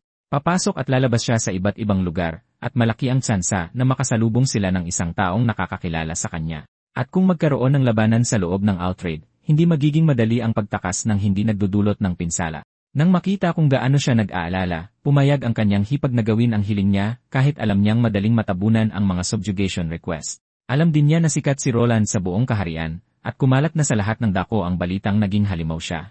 Pero kailangan nila ng pera at mga kagamitan. Naubusan sila ng pagkain, firepower, at kailangan ni Solana ng bagong guwantes. Kung seryoso sila sa paglaban sa mga demonyo, ang pinakamagandang hakbang ay ang Outrode. Naisip ni Roland kung ipinipilit ba ito ni Solana para manatili siyang konektado sa ibang tao. Kung ganoon, parang mali na isantabi ang kanyang kabaitan. Pumayag siya sa kondisyon na hindi siya papasok sa guild. Kaya naglakbay sila sa kaharian ng Gringard patungo sa pinakamalaking komersyal na lungsod, ang Outrode. Nasa sentro ito ng kaharian, kung saan dinadala ng mga kalsada ang mga kalakal mula sa buong mundo, bakal, pagkain, gamot, armas, mga kagamitang mahika. Lahat ay pumapasok, ipinagpapalit, at pagkatapos ay ipinapadala palabas. Kung saan gumagalaw ang mga kalakal, gumagalaw din ang pera, at dito kumikita ang mga tao. Nanatili sa Outrade ang mga adventurer at royal knight para protektahan ang mga paninda, at lalo lang lumaki ang pangangailangan na iyon dahil sa mga demonyong sumasalakay. Kahit na, kung totohanang umatake ang Demon Lord na yon, walang taong makakapigil dito. Mamamatay ang lahat sa isang iglap. Hindi maiwasan ni Roland na isipin kung ang dahilan kaya hindi pa ito nangyayari ay dahil may hinihintay ang nilalang na yon. Nang makarating sila sa mga lansangan, abala pa rin ang lungsod gaya ng dati. Dagsaan ang mga tao sa lahat ng direksyon. Siguro'y maaari silang manatili ng ilang araw kung mag-ingat sila at hindi makikilala. Una, kailangan nila ng pera. Nagpasya si Solana na dumiretso sa guild at iulat ang pagkatalo ng demonyo habang naghahanap si Roland ng isang inn. Habang naglalakad siya, biglang may mga nagtaasan ng boses sa gitna ng mga tao. Sa gitna ng mga salansan ng kahon, may isang taong sinisipa ang isang lalaki sa lupa, galit na galit, at sinisigawan ang isang tindero dahil sa pagbebenta sa kanya ng walang kwentang pulbura. Ang may-ari ng tindahan, na nalilito, ay nagsabing hindi niya matandaan na nakipagtransaksyon sa kanya at sinabing baka nagkamali siya ng tao. Nagpatuloy sila sa pagtatalo hanggang sa sumigaw ang nagbebenta na kung talagang produkto niya yon, dapat ipakita ng lalaki ang marka ng pulbura. Naisip ni Roland na talagang masigla ang lungsod, pero sa lahat ng maling dahilan. Puno ang altrade ng mga mapanganib na tao, kahit na mga kontrabidang nagtatago sa dilim. Walang sinuman ang nakaramdam ng pangangailangang tulungan ang iba. Lahat ay nabubuhay para sa kanilang sarili at inaasikaso ang kanilang sariling mga problema. Kahit na maunlad ang lungsod, ang banta ng mga demonyo ay nananatili pa rin sa isipan ng lahat. Gayunpaman, si Roland lang ang tanging kumilos. Sumingit si Roland sa gulo at sinabihan ang customer na kumalma. Nang patuloy na lumalala ang sitwasyon, itinuro ni Roland na hindi nila mapapatunayan na ang pulburang binili niya ay galing sa tindahang ito. Sinubukan siyang itulak ng customer, ngunit napakalakas ng pagkakahawak ni Roland, kaya hindi siya makagalaw at halos hindi makahinga. Sa huli, sumuko ang lalaki, itinulak ang tindero sa lupa, at umalis ng padabog, sinasabing mas mag-ingat na lang siya sa susunod. Habang pinapanood siyang umalis, hindi maiwasan ni Roland na isipin kung para sa kanya rin ba ang babalang iyon. Nagmamadaling lumapit ang tindero para pasalamatan si Roland, sinasabing hindi niya ito kayang bayaran at nag-alok ng libreng pulbura. Tumanggi si Roland. Sa halip, sinabi niya na kung may isang babaeng martial artist na dumaan, dapat hayaan ng tindero na kunin niya ang anumang kailangan niya ng libre. Hindi alam ni Roland kung anong mga materyales o brand ang ginagamit ng kanyang hipag, at ayaw niyang magkamali ng hula. Kahit nalilito, pumayag ang tindero. Umalis si Roland at nagpa siyang maghanap ng matutuluyan para sa gabi. Pagkaraan ng ilang sandali, napabuntong hininga siya at huminto. May nagmamasid sa kanya. Sumulyap siya sa gilid at nakilala ang malayong tingin na yon, si Charles. Bago nawala ang braso ni Roland sa laban kontra sa Demon King, ginugol niya ang kanyang mga araw sa pangangaso ng mga halimaw, lumalakas para matalo niya si Meridogo. Isang araw, habang nakikipaglaban sa isang grupo ng mga kalansay, sumugod sa kanya ang mukhang boss, hahampasin na sana ni Roland nang may tumama dito mula sa likod at nagyelo ito. Nabasag ang kalansay, at nakita ni Roland ang lalaking nakatayo doon, si Charles Glass, isang matandang kakilala na tunay na nagmamalasakit sa kanya. Natigilan si Roland. Isang tama, ganoon kabilis. Sinabi lang ni Charles na nag-alala siya at pumunta para tingnan siya. Si Charles ang panganay na anak ng prestihiyosong pamilyang Glass, sikat sa Ice Magic. Kahit na isang maharlika, pumupunta pa rin siya sa larangan ng digmaan at inilalagay ang sarili sa panganib. Hindi lang ito dahil sa husay. Mabait siya, inaalagaan ang kanyang mga kasama anuman ang kanilang estado, at pinagkakatiwalaan din siya ng mga sibilyan. Noong isang espadatsin pa si Roland, si Charles ang madalas niyang kasama sa loob at labas ng labanan. Nang araw na yon, nabanggit ni Roland na malapit lang ang kanyang nayon at inanyayahan siyang dumaan. Si Charles, na halatang masaya, ay nagtanong kung okay lang ba talaga, kaya pumunta sila sa bahay ni Felicia. Malugod silang tinanggap ni Felicia, at agad na naging interesado sa kaibigang inuwi ni Roland. Kilala na ni Solana si Charles at agad siyang binati. Nang mapagtanto ni Felicia na si Hui ay isang maharlika mula sa pamilya Glass, natigilan siya. Ang ideya ng isang tulad niya sa kanilang maliit na tahanan ay labis na ikinagulat niya, na halos magsimula na siyang maglinis noon din. Sumingit si Solana at ipinaliwanag na si Charles ay tipo ng tao na basta na lang bumibisita sa mga ordinaryong tavern. Sumang-ayon si Charles, sinasabing kapag lumalaban sila sa mga demonyo, lahat doon ay tao at magkakampi. Gayunpaman, hindi maiwasan ni Solana na mapansin kung gaano siya katangi-tangi, na parabang nagniningning siya sa gitna ng mga karaniwang tao. Sinabi ni Roland sa kanila na nagkasalubong sila pagkatapos ng laban at matutuwa siya kung magiging magkaibigan din sina Felicia at Charles.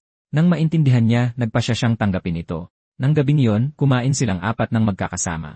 Tumulong si Roland sa pagluluto at nagdala naman ng alak si Charles. Nagtawanan sila, pansamantalang nakalimutan ang digmaan, at tunay na nagsaya. Pinuri pa ni Charles si Roland dahil sa pagkakaroon nito ng napakagandang pamilya.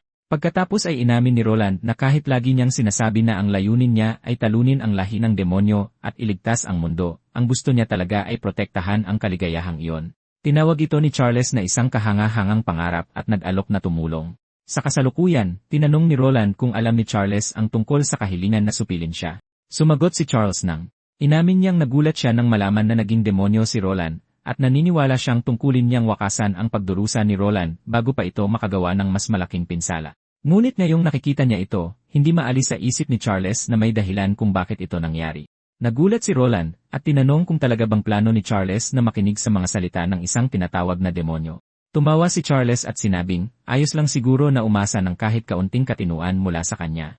At saka, sa tingin niya ay sapat na siyang malakas para ipagtanggol ang sarili kung may mangyari man. Nang marinig iyon, napabuntong hininga na lang si Roland at nagtaka kung gaano nga ba talaga kaasahan si Charles. Dahil sa pahintulot na iyon, ipinagtapat niya ang lahat sa kanyang matalik na kaibigan. Lahat mula sa Okuna Village, kay Felicia, hanggang sa paglalakbay niya para talunin ang Demon Lord. Halatang-halata na nasaktan si Charles sa pagkamatay ng asawa ng bida, at sinabi ni Roland na kasalanan niya ang lahat dahil hindi siya naging sapat na malakas. Kahit na galit ang mandirigma, desididong pagbayarin ang masamang hari sa lahat ng kanyang ginawa. Ngunit tinanong ni Charles kung iyon ba ang gugustuhin ni Felicia. Nang makita ang kalagayan ng braso ni Roland, nag-alala ang Maharlika sa kung ano ang iisipin niya sa kabilang buhay kung makita siya ngayon na nalulunod sa paghihiganti. Siyempre, hindi talaga malalaman ni Roland ang ganoong bagay kahit na nakita pa niya ito sa panaginip. Ang tanging magagawa niya ay tanggapin ang landas na kanyang pinili. Wala nang iba. Napabuntong hininga si Charles nang mapagtantong hindi niya ito mapipigilan, kaya nagpasya siyang bibigyan niya ng oras ang kaibigan habang tinutupad nito ang layunin. Humihingi ng paumanhin si Roland sa pagdadamay sa kanya rito, ngunit nangakong magkikita silang muli. Sa sandaling umalis ang mandirigma, isang anino ang lumitaw sa ilalim ng paa ng Maharlika at nag-anyong maliit na silweta. Si Crons ito, binabati si Charles ng may malaking ngiti. Kanina pa naghihintay ang bata ng tamang pagkakataon para makilala siya, pero mukhang hindi na sila magkakaroon ng pagkakataong mag-usap dahil naghahanda ng lumaban ang Maharlika. Samantala, kalaunan, nagpapahinga si Roland at ang kanyang hipag sa isang bahay panuluyan. Tinanong ni Solana kung natagalan ba siyang hanapin siya, at kung ginugol niya ang hapon sa paglilibot sa lungsod. Sumagot ang mandirigma at ipinaliwanag na nakita niya si Charles at sinabi ang lahat at mukhang nasa panig nila si Charles. Tila, plano ng kaibigan niyang bigyan sila ng oras at pigilan ang mga Royal Knights sa pag-imbestiga sa lungsod. Tungkol naman sa mga bagay sa guild, nakuha ni Solana ang gantimpala para sa pagpapasuko ng walang anumang problema. Bumili rin siya ng sapat na pulbura habang namimili. Tila, mayroong isang uri ng discount campaign para sa mga babaeng martial artist noong araw na yon, kaya sinuwerte siya. Nagkunwaring walang alam, sumakay na lang si Roland at nagtanong kung may nakuha pa silang impormasyon sa guild. Tila, wala namang espesyal na tungkol sa bida dahil ang kahilingan na patayin siya ay namarkahan ng kumpleto. Wala ring anumang naglalarawan kay Crones o sa Demon King, kaya nagtataka silang dalawa kung ano ang kanilang sinusubukang gawin. Sa una, iniisip ni Solana na maaaring magandang bagay ang hindi pagkakuha ng impormasyon dahil nangangahulugan itong ligtas sila. At idinagdag ni Roland na kahit papaano, siya ang partikular na target ni Crones, kaya't magkikita rin sila sa lalong madaling panahon. Hanggang sa panahong iyon, plano ng mandirigma na patuloy na pumatay ng iba pang mga demonyo. Kaya kumuha si Solana ng mapa at iminungkahing sundan nila ang isang partikular na ruta. Habang pinapatay ang mga boss na troll at naga, dapat din nilang tugisin ang isang demonyo na nakasuot ng itim na baluti. Gamit ang minarkahang daan, maaari silang dumaan sa Kareki Village kung nasaan sina Lily at ang iba pa at supplian sila sa tulong na nakuha nila noong huli. Dahil napagdesisyonan na ang lahat, sinabi ni Solana na dapat na silang magpahinga para mabawi ang kanilang lakas. Nang humiga si Roland para matulog, bumangon si Solana sa kalagitnaan ng gabi at sinubukang kausapin ang braso ng kanyang yumaong kapatid. Tinanong niya kung magagawa niya bang suportahan ang bida sa paraan na ginawa ni Felicia noon. Noon, nagtalo ang magkapatid tungkol sa pagiging isang adventurer at kung gaano ito kapanganib. Gustong gawin iyon ni Solana dahil palagi niyang nararamdaman na masyado siyang umaasa at naisip niyang mas mabuting kumilos kaysa manatiling nakatigil. Nang marinig ang lahat ng sinabi niya, naintindihan ng nakatatandang kapatid na kung si Solana mismo ang nagpasya nito, marahil iyon na ang pinakamabuti. Bukod pa rito, mas gugustuhin pa ni Felicia na hilingin kay Solana na manatili sa tabi ni Roland at alagaan siya. Bilang kapalit, maaaring maghintay si Felicia sa bahay at gumawa ng isang lugar kung saan siya makakapagpahinga kapag tapos na siya sa kanyang mga gawain. Dapat sana ay nakapamuhay silang tatlo na magkakasama na parang isang pamilya. Ngunit mula noong araw na inatake ang Nayon, walang tigil sa pakikipaglaban ng bida. At ngayong wala na si Felicia, naniniwala si Solana na siya ang dapat maging lugar kung saan makakahanap ng aliw ang mandirigma. Dahil kung lalamunin siya ng paghihiganti at masira, lalo lang lalala ang mga bagay, at iyon ay dahil hindi nagampanan ni Solana ang papel ng kanyang kapatid. Kinabukasan, binati niya si Roland ng isang masigla at malakas na magandang umaga. Gumanti siya ng bati at tinanong kung nakatulog ba siya ng maayos. Pagkatapos ay umalis silang dalawa sa lungsod, at habang tinatalo nila ang mga halimaw at demonyo sa daan, nagtungo sila sa Kareki kung nasaan sina Lily at ang iba pa. Masyadong nagiging maayos ang mga bagay-bagay. Panatag pa nga ang loob ni Solana. Pagkatapos ay may naramdaman si Roland at sinabihan ang kanyang hipag na huminto. Sa amoy pa lang, alam na niya kung ano yon. Mga bangkay sa malapit. Iyon ang tinatawag nilang halimaw na halaman, isang umaatake gamit ang mga baging, at pagkatapos ay namumulaklak sa mga katawan para magnakaw ng sustansya. Kung walang ulat ang guild, malamang ay kamakailan lang ito lumitaw. Mas mabuting puksain ito bago pa kumalat. Lumihis sila sa ruta at pumasok ng mas malalim sa gubat kung saan may mga maliliit na kislap sa lupa. Namumulaklak ang mga bulaklak sa lahat ng dako. Magaganda sila, ngunit mali. Lumalapit si Roland, sinusuntok ang isang kalapit na puno, at maraming katawan ang nahuhulog mula sa tuktok ng mga puno. Napakagulo ng tanawin, nag-aalala silang huli na sila. Pagkatapos ay nakita ito ni Solana. Ang ina ni Lily ay kabilang sa mga nakabiting katawan. Habang sila'y natigilan, huli na nang mapagtanto ni Roland, ang bulaklak na gumawa nito ay kumikilos na para umatake. Sinabi niya kay Solana na iwanan muna ang ina ng babae. Ang mahalaga ay patayin ang halimaw. Ginagamit ni Roland ang kanyang absorption arm para hawakan ang mga baging at sipsipin ang mga ito, ngunit hindi nagtagal ay napansin niya ang mas maraming magkakatulad na nilalang na nakapalibot sa kanila. Huwag kayong magpalinlang, babala ni Roland. Iisang nilalang lang silang lahat. Magsisimula sanang sumagot si Solana, ngunit isang sorpresang atake ang humagupit mula sa gilid. Nahadlangan ito ni Roland sa tamang oras. Nataranta si Solana nang mapagtantong ito ay isang putok ng nakalalasong likido. Sinalo ito ni Roland at sinubukang ibato pabalik, ngunit hindi masasaktan ang halaman ng sarili nitong lason. Kaya nagpalit siya ng taktika at nagpadaloy ng apoy sa mga baging. Mabilis kumalat ang apoy. Napagtanto ito ni Solana. Kung iisa lang silang lahat, kaya nilang puksain sila sa isang iglap. Dumura ang nilalang ng mga nakalalasong bala na sumasabog sa mga braso ni Roland, naghahasik ng depensa, ngunit hindi humihinto si Roland. Rumagasa ang apoy at nilamon ang lahat ng nasa daraanan nito. Nang matapos, lumingon si Roland at nakita si Solana na tinitingnan ang ina ni Lily. Napalaya nila siya, ngunit masyado nang matagal ang lumipas. Ang tanging magawa ni Solana ay umiyak, sinisisi ang sarili sa pagiging huli. Kahit si Roland ay hindi maintindihan kung bakit siya narito. Pagkatapos ay may napansin si Solana sa tabi ng katawan, isang sulat. Iyon ang nagdala sa ina ni Lily sa gubat. Hinihiling ng sulat na pumunta siya. May gustong makipag-usap tungkol sa kaligtasan ni Lily, at nakapirma roon ang pangalan ni Roland. Nanlamig si Roland. Hindi maintindihan ni Solana kung paano yon naging posible o kung sino ang gagawa nito. Hindi rin alam ni Roland. Ang alam lang niya ay hindi niya patatawarin kung sino man ang gumawa ng ganoong kalupitan. Sa anumang paraan, kailangan nilang makarating sa Kareki. Maaaring ang mga taga na yon na ang susunod. Nagmamadali silang pumasok at sa simula, inakala ni Solana na mukhang ligtas sa ngayon. Nagpunta sila sa bahay ni Lily, pero agad naramdaman ni Roland na may mali. Isang lalaki ang sumigaw sa kanila, tinatanong kung paano sila nagkaroon ng lakas ng loob na bumalik. Pagkatapos ay dumagsa ang mas marami pang taga na yon, inaakusahan silang mga espiya ng tribo ng demonyo at tinatanong kung saan nila dinala ang nanay ni Lily. Sinubukan ni Solana na ipaliwanag na hindi nila alam kung ano ang nangyayari. Pinutol siya ng isang matandang lalaki, kasalanan daw lahat ni Roland, at ang patunay ay ang kanang braso niya. Nagulat si Roland na nalaman nila kung ano ang tinatago niya sa ilalim ng mga benda, pero hindi na niya ito maitatanggi ngayon. Kung walang maniniwala sa kanila, sabi niya ay aalis na sila ng tuluyan pagkatapos makita si Lily ng isang beses. Lalo lang iyong ikinagalit ng mga taga na yon. Kumbinsido sila na may ginawa ang mga espiya sa kanya, na brainwash siya. Tutal, wala naman si Lily sa nayon, at nagpapanik na ang lahat kung saan siya nagpunta. Parang truck na bumangga ang balitang iyon sa bida, pero patuloy na tinanong ng mga matatanda ang mga bisita. Alam nila na matagal nang sinubukan ni Lily na protektahan ang mga demonyo, kaya kahit nalaman na sangkot ang kanang braso ni Roland at nakitang nawala ang sarili niyang ina, hindi pa rin siya tumigil sa pagtatanggol sa kanila. Nagsimulang isipin ng iba na nababaliw na siya. Sinabi ni Solana sa lahat na kumalma. Hindi niya maintindihan kung ano ang sinusubukan nilang patunayan. Hindi sila responsable sa pagkawala ng babaeng iyon, at tiyak na hindi nila ginalaw ang kanyang isipan. Pero patuloy na sumisigaw ang matanda na sila ang ugat ng kasamaan, tulad ng sinabi ng Ice Mage. Nalaman ng mga taga na yon ang tungkol sa braso ni Roland at iba pang bagay. Hindi nagtagal para matanto ni Solana at ng kanyang bayaw na ang Ice Mage ay si Charles, kahit na ayaw maniwala ng sinuman sa kanila. At ayon sa sinabi ng maharlikang iyon, ang mandirigma ang may kasalanan sa pagkawala ng ina ni Lily dahil nagpadala sila sa kanya ng sulat.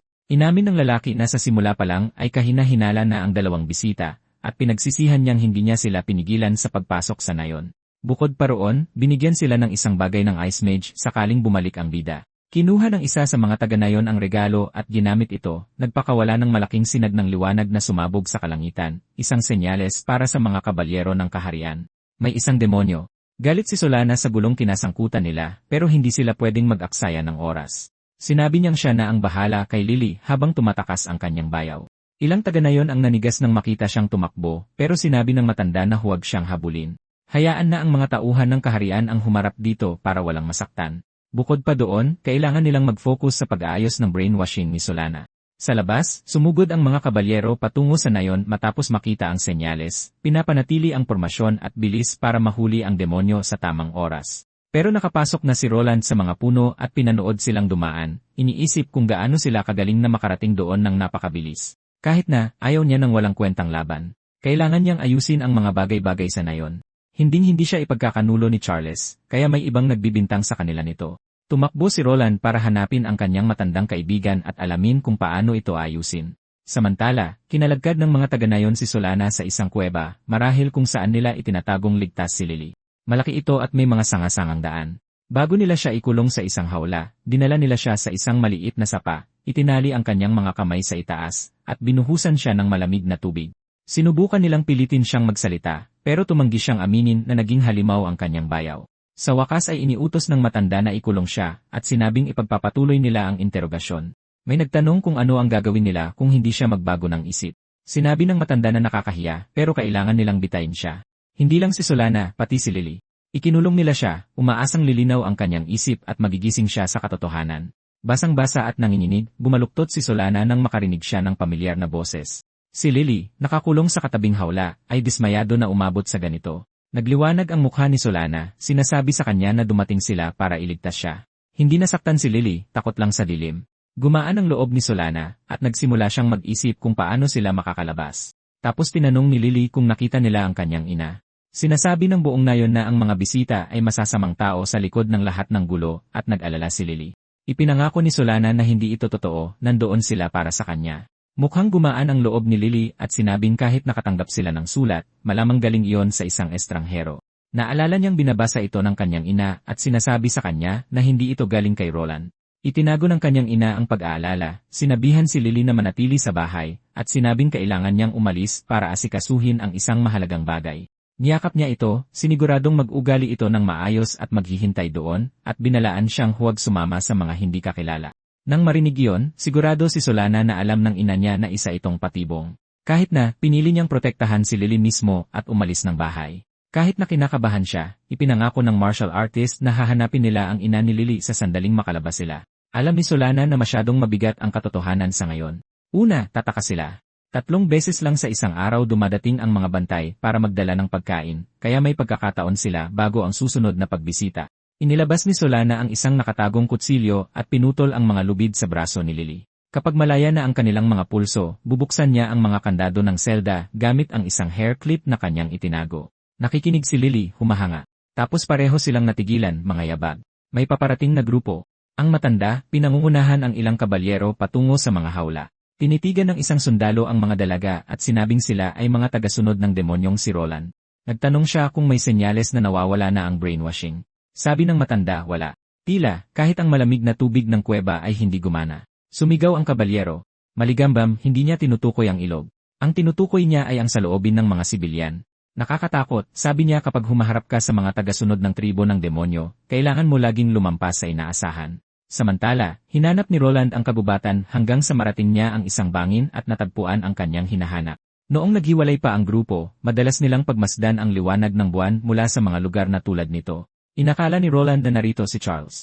Sinabi niya sa kanya kung ano ang nangyari sa nayon. May sumusubok na ibintang sa kanila ang mga krimen. Kailangan nilang magtulungan, hanapin ang tunay na kaaway, at ipaliwanag ang lahat sa mga taga-bayan.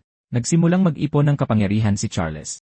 Tinanong niya kung paano naging sapat na tanga si Roland para isipin na hindi siya kailanman ipagkakanulo. Sinabi niyang galit na siya kay Roland mula pa sa simula. Tinatago niya lang ito. Tumingin si Roland, nalilito. Akala niya ay magkakampi sila. Hindi para kay Charles. Sinabi niyang nagsisinungaling siya hanggang ngayon, tapos ay nagpakawala ng mga tipak ng yelo. Sinabi niyang ipinanganak sila sa isang mundo kung saan ginagamit ang mga tao bilang kasangkapan para sa kapakinabangan ng iba, at iyon ang pinakamahusay na paraan para mabuhay. Maaaring nawala na kay Roland ang kanyang husay sa espada, ngunit sapat pa rin siyang malakas para ipagtanggol ang sarili. Inaamin ito ni Charles. Iyon ang dahilan kung bakit siya nanatiling malapit sa simula pa lang, pinadali ni Roland ang pagkuha ng resulta. Walang kahit ano doon ang may katuturan para kay Roland. Naaalala niya ang kanilang mga ngiti, kahit noong gabing nanatili si Charles sa kanyang bayan. Sabi ni Charles, totoo ang bahaging iyon dahil talagang magandang babae si Felicia. Nanlamig si Roland. Patuloy na nagsasalita si Charles. Sobrang nahulog ang loob niya kay Felicia, ang kaibigan ni Roland mula pagkabata, na naisip pa niyang agawin ito para sa sarili nang makita kung gaano sila nagmamahalan. Pero ang tangang si Roland ay palaging tumatakbo patungo sa mga demonyo. Naisip ni Charles na mamamatay din siya, at pagkatapos ay kukunin na ni Charles si Felicia. Sabi niya, sayang daw nang mabalitaan niyang namatay ito. At, natural na nakaramdam siya ng kaunting galit nang dumating ang balita. Tinanong ni Roland kung iyon ba ang dahilan kung bakit siniraan siya ni Charles sa nayon, nagkakalat ng kasinungalingan, at sinisira ang kanyang reputasyon. Sabi ni Charles, parang ganoon na nga, pero hindi iyon ang pangunahing dahilan. Dahil bihag ngayon si Solana. At dahil ipinapaalala niya si Felicia, gusto rin niyang kunin ito para sa kanyang sarili. Kapag napatay na niya si Roland, pwede niyang isisi sa kung sinong demonyo ang pagkamatay nito, tapos aliwin niya si Solana habang nagluluksa ito. Si Roland, gulat na gulat at galit, sinabing hindi niya inakalang ganito kalaking basura si Charles. Sinabi lang ni Charles na ganito talaga ang buhay. Walang nagtitiwala kahit kanino. Wala kang pagpipilian. Kumikilos ka para sa sarili mong kapakanan. Sinusubukan ni Roland na bigyang katwiran ang paghihiganti gamit ang braso ng kanyang yumaong asawa. Kaya sa isang banda magkatulad sila. Nang makitang natahimik si Roland, sinabi ni Charles na sawa na siya sa nakakainip na usapan. Muli niyang pinakawalan ang yelo at umatake ng walang pag-aalinlangan. Hindi makagalaw si Roland. Naglakad si Charles palapit at sinabing bukas na bukas ngayon ang depensa ni Roland. Sa malapitan, ibinuhos niya ang lahat at nagyelo ito ng tuluyan. Akala ni Charles tapos na, pero narinig pa rin ang boses ni Roland sa gitna ng mahika, at napabuntong hininga ito, na pagtantong naging makasarili nga siya. Kahit na, hindi pa siya pwedeng mamatay ngayon. Binasag niya ang yelo gamit ang kanyang nag-aapoy na braso. Saglit na nagulat si Charles, pero hindi na bahala sa paglaban nito. Hindi niya alam kung ano ang plano ng mga kabalyero ng kaharian sa pag-alis. Alam ni Roland na hindi ganoon kahina ang kanyang hipag para hayaan ang sarili na malinlang. Sapat ang lakas niya para subukang suportahan ang isang tulad niya. Pagkatapos ay tumingin sila sa direksyon ng nayon at nakita ang isang ulap ng usok na umaangat, hindi apoy, kundi isang senyales mula kay Solana. Nakatakas siya kasama si Lily, tulad ng inaasahan niya. Mabuti. Ibig sabihin, hindi pa pwedeng puntahan ni Roland si Solana. Una, kailangan niyang harapin ang problema sa kanyang harapan. Si Charles, nang dagalaiti, hindi matanggap na laging ang mandirigmang iyon ang nakakakuha ng lahat. Ngayon isa na lang ang gusto niya, ang patayin si Roland habang may pagkakataon pa. Hindi plano ni Roland na kitilin ang buhay ng kanyang dating kaibigan. Mga demonyo lang naman ang kinakalaban niya. Sa halip, susuntukin niya ng napakalakas ang maharlikang iyon para mawala ang baluktot niyang pagkatao. Siyempre, hindi hahayaan ng maharlika na mahawakan siya ng demonyong braso na iyon. Siya ang unang umatake. Nilamon ng isang snowstorm ang paningin ni Roland na humarang sa kanya. Pagkatapos ay umulan ng mga tulis ng yelo mula sa itaas, sinusubukang tuhugin siya. Sinangga niya ang kaya niyang sanggahin, at ang mga apoy sa kanyang braso ang gumawa ng daan para sa kanya. Pagkatapos ay isa pang sorpresa, sumugod ang mga asul na soro, sinasakmal siya. Mga mahiwagang hayop na nangangaso ng mga manlalakbay sa mga snowstorm. Kaya pala, ipinatawag sila ni Charles. Tinanong ni Roland kung totoo ba ang mga ito, nag-aalala pa na baka inaalipin sila ni Charles. Napabuntong hininga lang si Charles. Hindi ito pang-aalipin. Puro itong kapangyarihan, at sa tingin niya, walang karapatan si Roland na ganyan ang itsura na husgahan ang kapangyarihan ng isang nilalang. Walang oras si Roland para alamin kung saan nanggaling ang mga soro. Patuloy nila siyang tinatambangan, at ang bagyo ay halos bumulag sa kanya, nauubos ang kanyang lakas. Patuloy ang pag-ulan ng mga tulis ng yelo, isang malupit na kombinasyon. Sinubukan niyang mag-isip ng ganti, pero hindi humuhupa ang atake. Isang pangatlong soro ang dumamba mula sa likuran. Sinamantala ni Charles ang pagkakataon at umatake. Sa polang mga tama, napaatras si Roland, sugatan. Isang pagkakataon. Pinagliyab ni Roland ang apoy sa kanyang braso at lumabas mula sa nagyelong bagyo, lumitaw mismo sa tabi ng mage. Mahina si Charles sa malapitan. Nataranta siyang ipagtanggol ang sarili, nagtayo ng harang na yelo para ilayo si Roland sa kanya. Hindi ito sapat. Dinurog ito ni Roland. Sabay na sumabog ang apoy at yelo, habang sumisigaw si Roland, pinipilit ang sarili hanggang sa sukdulan. Gamit ang purong lakas, pinatalsik niya si Charles patungo sa gilid ng bangin. Nasalo ni Charles ang sarili sa huling sandali, kumakapit habang nalalaglag ang mga tipak ng bato sa ibaba. Pagtingala, napagtanto ng mage na sinusubukan siyang iligtas ni Roland. Bakit? Hindi inaasahan ni Roland na magiging ganitong basura ang dati niyang kaibigan, pero ang krimen ng pagkabigong protektahan ang kanyang yumaong asawa ay sa kanya. Wala siyang karapatang patayin si Charles. At hindi pa huli para magsimulang muli. Kung magsasasanib puwersa sila, matatalo nila ang mga demonyo, ang tunay na kaaway ng sangkatauhan. Tinanong ni Charles kung patatawarin ba siya. Sumagot ng si Roland, basta't makakalaban silang muli ng magkatabi. Tumawa si Charles, sinabing nakakadiri ang sagot, at bumitaw siya. Sa huli, hindi niya talaga binalak na tanggapin ang demonyong kamay na yon. Ang tanging nagawa ni Roland ay isigaw ang pangalan nito, habang naglaho ang dati niyang kaibigan sa bangin, kinamumuhian ang gulo na ginawa nila sa lahat. Sa huli, ang kanang braso ni Roland ay palaging nakakasakit at naniniralang. Hindi niya mapigilang isipin kung may maililigtas pa ba siya. Tapos bigla na lang, may ilang sibat na yelo na halos tumama sa kanya, o sa halip, hindi ito isang atake. Iyon ay isang bagay na iniwan ng mage nang bigla siyang lumitaw muli, lumilipad sa kalangitan. Natigilan si Roland. Ibang-iba na ang itsura ni Charles ngayon, naging isang kakaibang nilalang. Ang pamilya Glass ay isang linya ng mga pinakamahuhusay na mage na pinagkakatiwalaan ng kaharian, malaki ang naitulong gamit ang kanilang kapangyarihan. Ang lupang kanilang pinamumunuan ay nanatiling mapayapa kahit sa panahong ito, at maraming matataas na ranggong executive knight ang nagmula sa linya ng Glass. Sa harap ng labanan, itinuturing silang isa sa pinakamalakas na puwersa. Ngunit sa likod ng lahat, tinitingnan sila bilang isang paksyon na may ugnayan sa lahi ng mga demonyo. Ang mga Glass ay nag-alok ng garantiya at bilang kapalit, tinanggap ang hiling ng lahi ng mga demonyo na kumuha ng ilang bilang ng buhay. Ang mga bayaning bumalik mula sa ang tanging mga taong umalis sa larangan ng digmaan ng walang galos ay ang mga binaliwala ang mga pagsalakay ng demonyo at ipinagpalit ang mga inosenteng buhay sa negosasyon. Ipinanganak si Charles sa gitna niyan at napagdesisyonan niya na ang buong tiisin ang hirap para sa kapayapaan ng mundo ay isang kahabag-habag na kasinungalingan. Ang pakikipaglaban sa mga demonyo ay katangahan. Kung kailangan mong lumaban, kalabanin mo ang mga halimaw, hindi ang ibang lahi. Mas mabuting mabuhay ng komportable at pigain ang lahat ng makukuha mo mula sa estado at kapangyarihan. Ganyan na buhay si Charles. Kaya nang mabalitaan niya ang tungkol kay Roland, isang taong namuhay sa eksaktong kabaligtaran na paraan at nauwi pa rin sa pagkamatay ni Felicia, iisa lang ang naramdaman ni Charles, galit. Sa Uhtred, nakilala ni Charles si Crons. Tinawag siyang magaling na mage ni Crons, kahit na isa siyang spoiled na bata na nagpatalo sa mga demonyo. Ipinakita ni Charles ang kaya niyang gawin ng utusan nang hindi man lang alam kung bakit. Siguro naroon ang batang iyon para husgahan ang mga tao, pero hindi. Ginawa ng mga demonyo ang anumang gusto nila dahil kailangan nila ang pagdurusa ng tao. Walang pakialam si Crons na makipag-alyansa sa mga tao kung may pakinabang, at si Charles ay halatang tipo na hindi kontento sa kanyang buhay. Kaya nag-alok si Crons na kapwa makikinabang ang magkabilang panig. Halatang-halata nagalit si Charles kay Roland. Para bang isinisigaw ng kanyang mga mata na hinding-hindi niya ito mapapatawad. Ang problema ay ang agwat sa kapangyarihan. Walang finishing move si Charles na kayang pumatay ng ganoong klaseng mandirigma, kaya nagpasya si Crons na bigyan siya ng regalo. Doon nakuha ni Charles ang kakayahang mag-anyong halimaw habang nananatili ang kanyang kaisipan. Dumagundong ang kapangyarihan sa kanya na para bang kaya niyang gawin ang lahat. Marahil pareho ito ng naramdaman ni Roland noong nakuha niya ang braso na iyon. Napatulala si Roland at nagtanong kung bakit kailangan pa niyang umabot sa ganoon. Hindi na nag-abala pang sumagot si Charles. Diretso niyang sinalakay ang dati niyang kaibigan para patayin ito. Nang magbanggaan ang kanilang mga atake, agad naramdaman ni Roland na umabot na sa executive level si Charles. Mula ngayon, hindi na sapat ang apoy sa braso ni Roland para pigilan ang yelo ni Charles. Mas malala pa, hindi mapipigilan ng kanyang init ang mga kasunod na blizzard.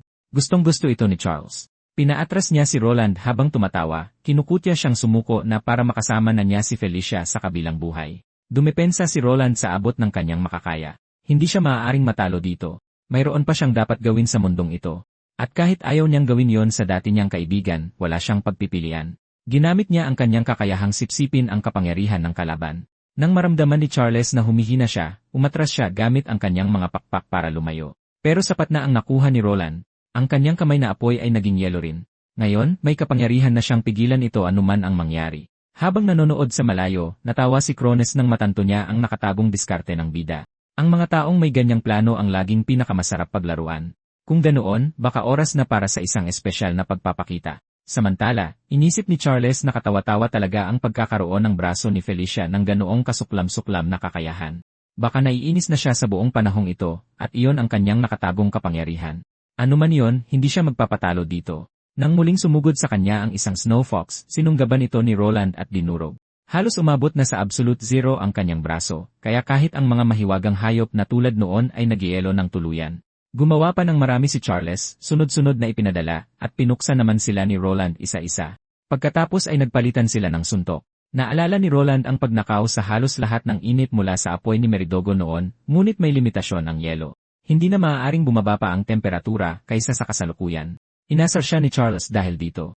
Walang espesyal sa lamig niya, at ang katotohanang gusto pa rin ni Roland na maghiganti ay patunay lang na kumakapit siya sa pag-asang iyon mula pa sa simula. Habang parami ang tama na natatanggap ni Roland, mas nararamdaman niya ito. Gumaling na ang kanyang manumanong pakikipaglaban, ngunit sa huli, bumagsak siya sa lupa, hindi na alam kung paano niya matatalo ang mage. Pagkatapos ay sinabi ni Charles na nalilito na hindi niya ito gusto. Kahit ngayon, nananatili pa rin si Roland sa hangal na ideya na mapipigilan niya ito. Kapag nagamit na ang kapangyarihang demonyo, wala nang balikan sa normal, kaya hindi mangyayari ang layunin ni Roland. Sa puntong iyon, napabuntong hininga si Roland kay Charles. Hindi rin naman siya mamahalin ni Solana. Wala namang kaso iyon. Kaya naman niyang gawin siyang isang eskulturang yelo at pagmasdan kahit kailan niya gusto. Dahil sa pagkadismaya, nagtanong siya kung talagang imposible para sa kanila na magkaintindihan. Sumang-ayon ang mage. Tadhana na iyon sa sandaling isinilang si Roland sa pamilyang Glass. Gaya ng dati, patuloy na nabubulok ang mundo ni Roland, pero iyon mismo ang dahilan kung bakit hindi siya maaaring tumigil sa pag-abot sa kanyang layunin. Gagamitin niya ang bawat onsa ng kapangyarihan niya para makapaghiganti. Ang mga kapangyarihang ninakaw niya gamit ang kanang braso ay nagsanib sa isang puwersa. Ang apoy ni Meridogo at yelo ni Charles ay naging isang bagong teknike, isa na maaaring lalo pang magpalakas sa kanya. Agad nitong napatunayan ang sarili. Tumama ang suntok ni Roland at pinabagsak ang kalaban ng napakabilis, hindi man lang namalayan ng mage ang nangyari. Hindi maintindihan ni Charles kung saan nakuha ng bata ang ganoong klaseng lakas. Para itong lantaran na pandaraya. Sa galit, sumigaw siya, tinawag na magnanakaw si Roland, at nagpadala ng kawan ng mga ice fox sa kanya. Winasak ni Roland ang bawat mahiwagang nilalang ng walang kahirap-hirap. Nilapitan niya ang dati niyang kaibigan, handang tapusin na ito. Isang suntok tapos isang malakas na pagsabog.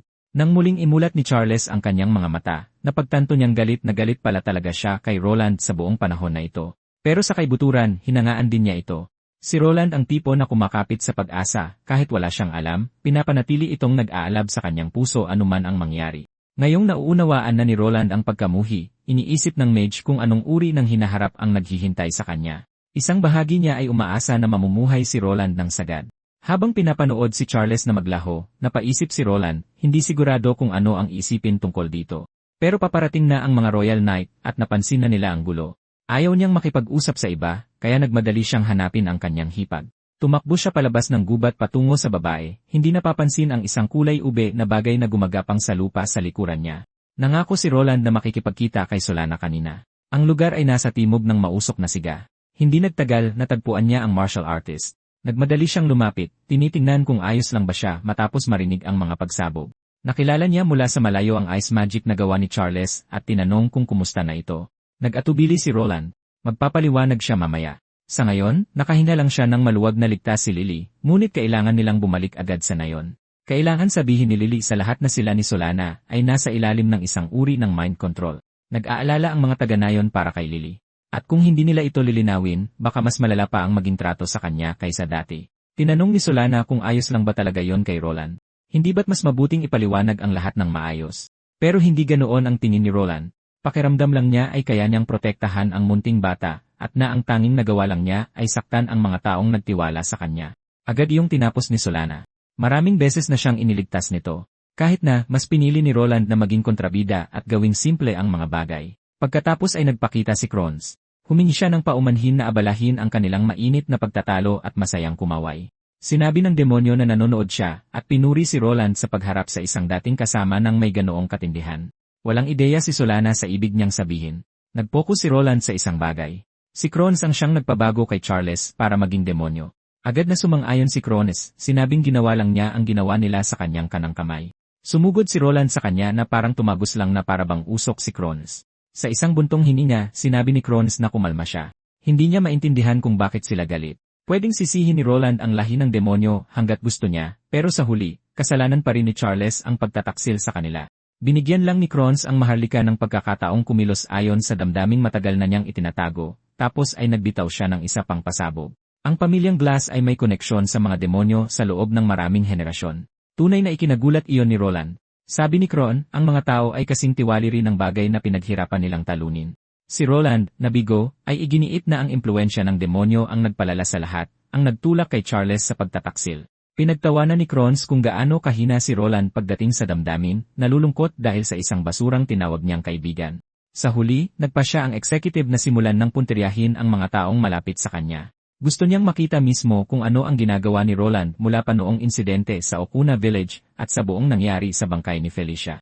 Kaya sinabi ni Cron na pupuntahan niya ang kanilang bayan ng personal sa pagkakataong ito gamit ang kanyang tunay na katawan, hindi isang anino. At kung gusto nilang protektahan ang mga sibilyan doon, mas mabuting magmadali sila at iligtas sila dahil gusto niya ang ideya na iwan silang desperado.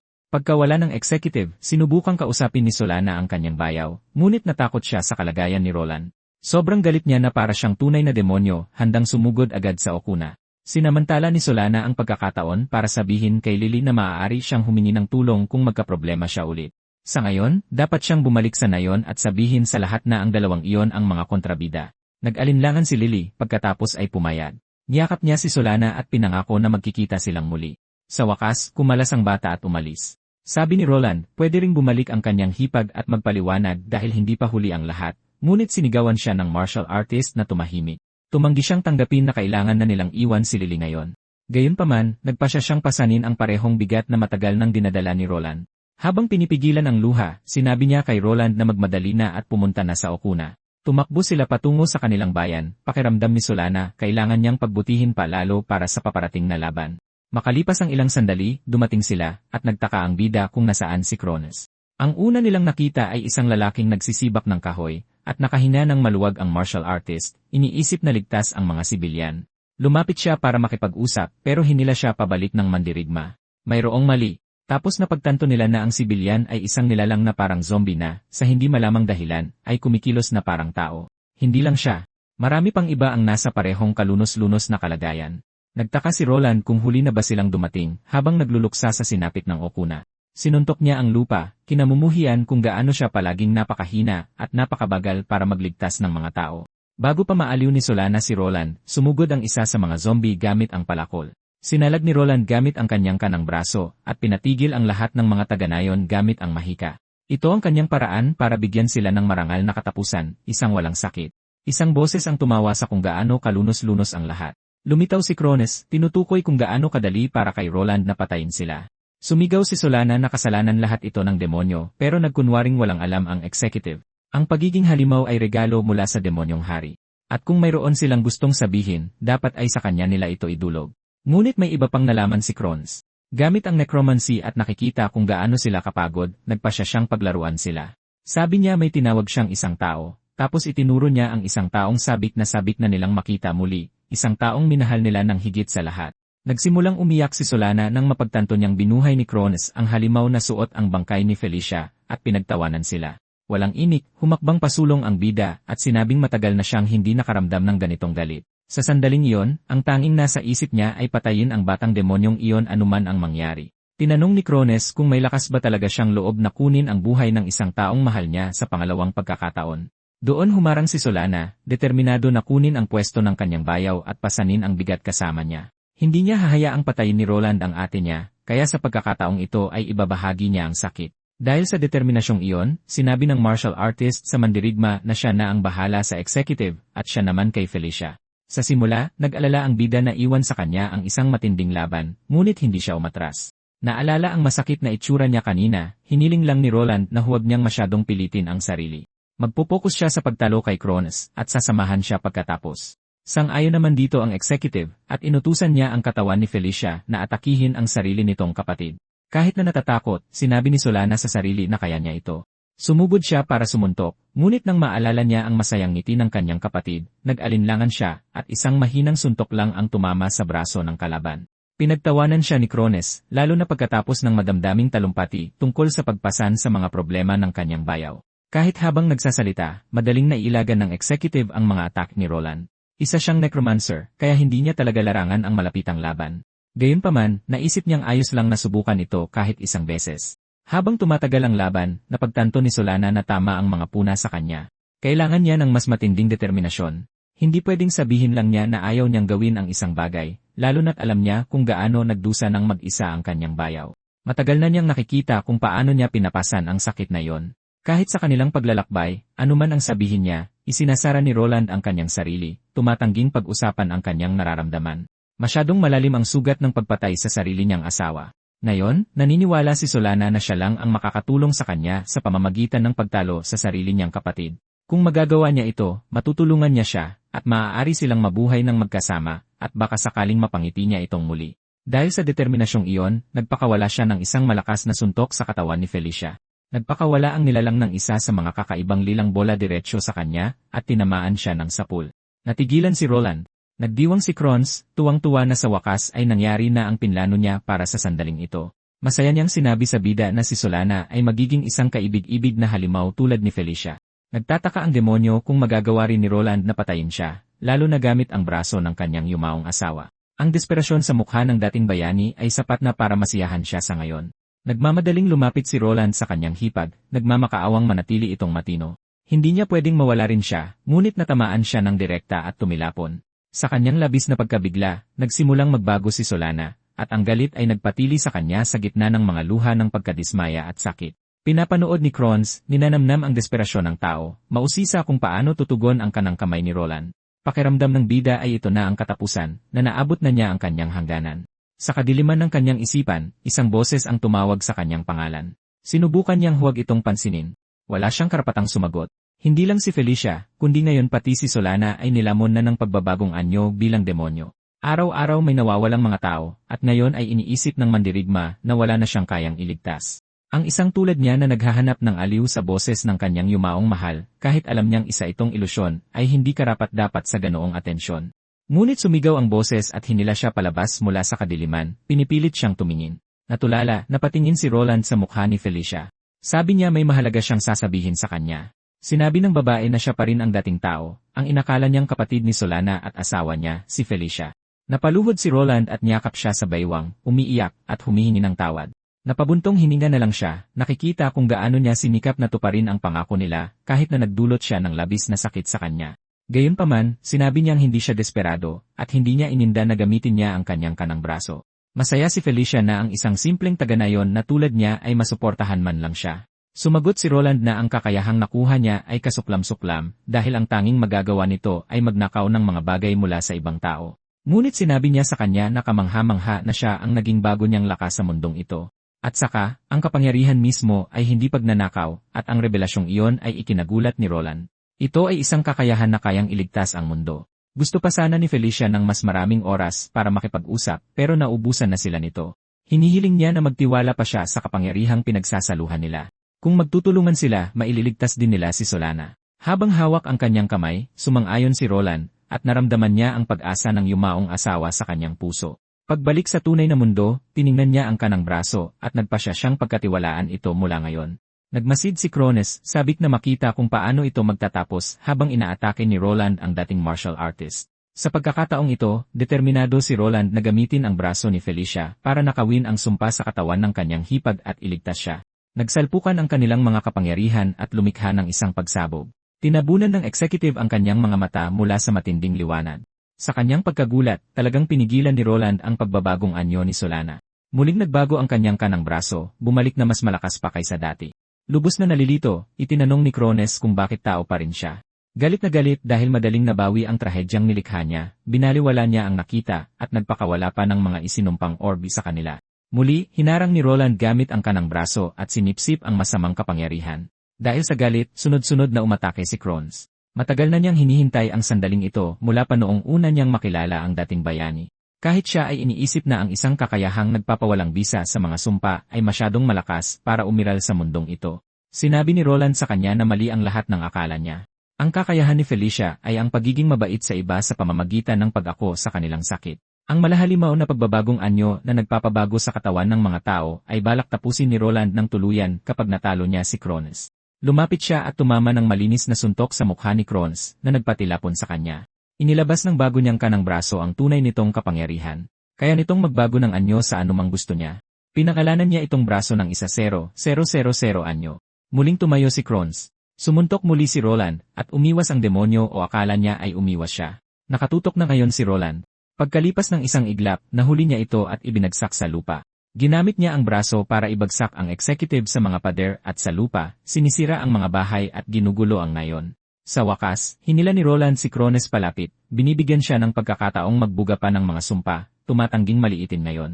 Wala pa ring epekto. Hindi sumusuko si Krones kahit paulit-ulit na binubugbog ni Roland ang mukha niya. Ang nakakatakot na anyo ng braso ni Roland ay ikinagagalit ni Krones.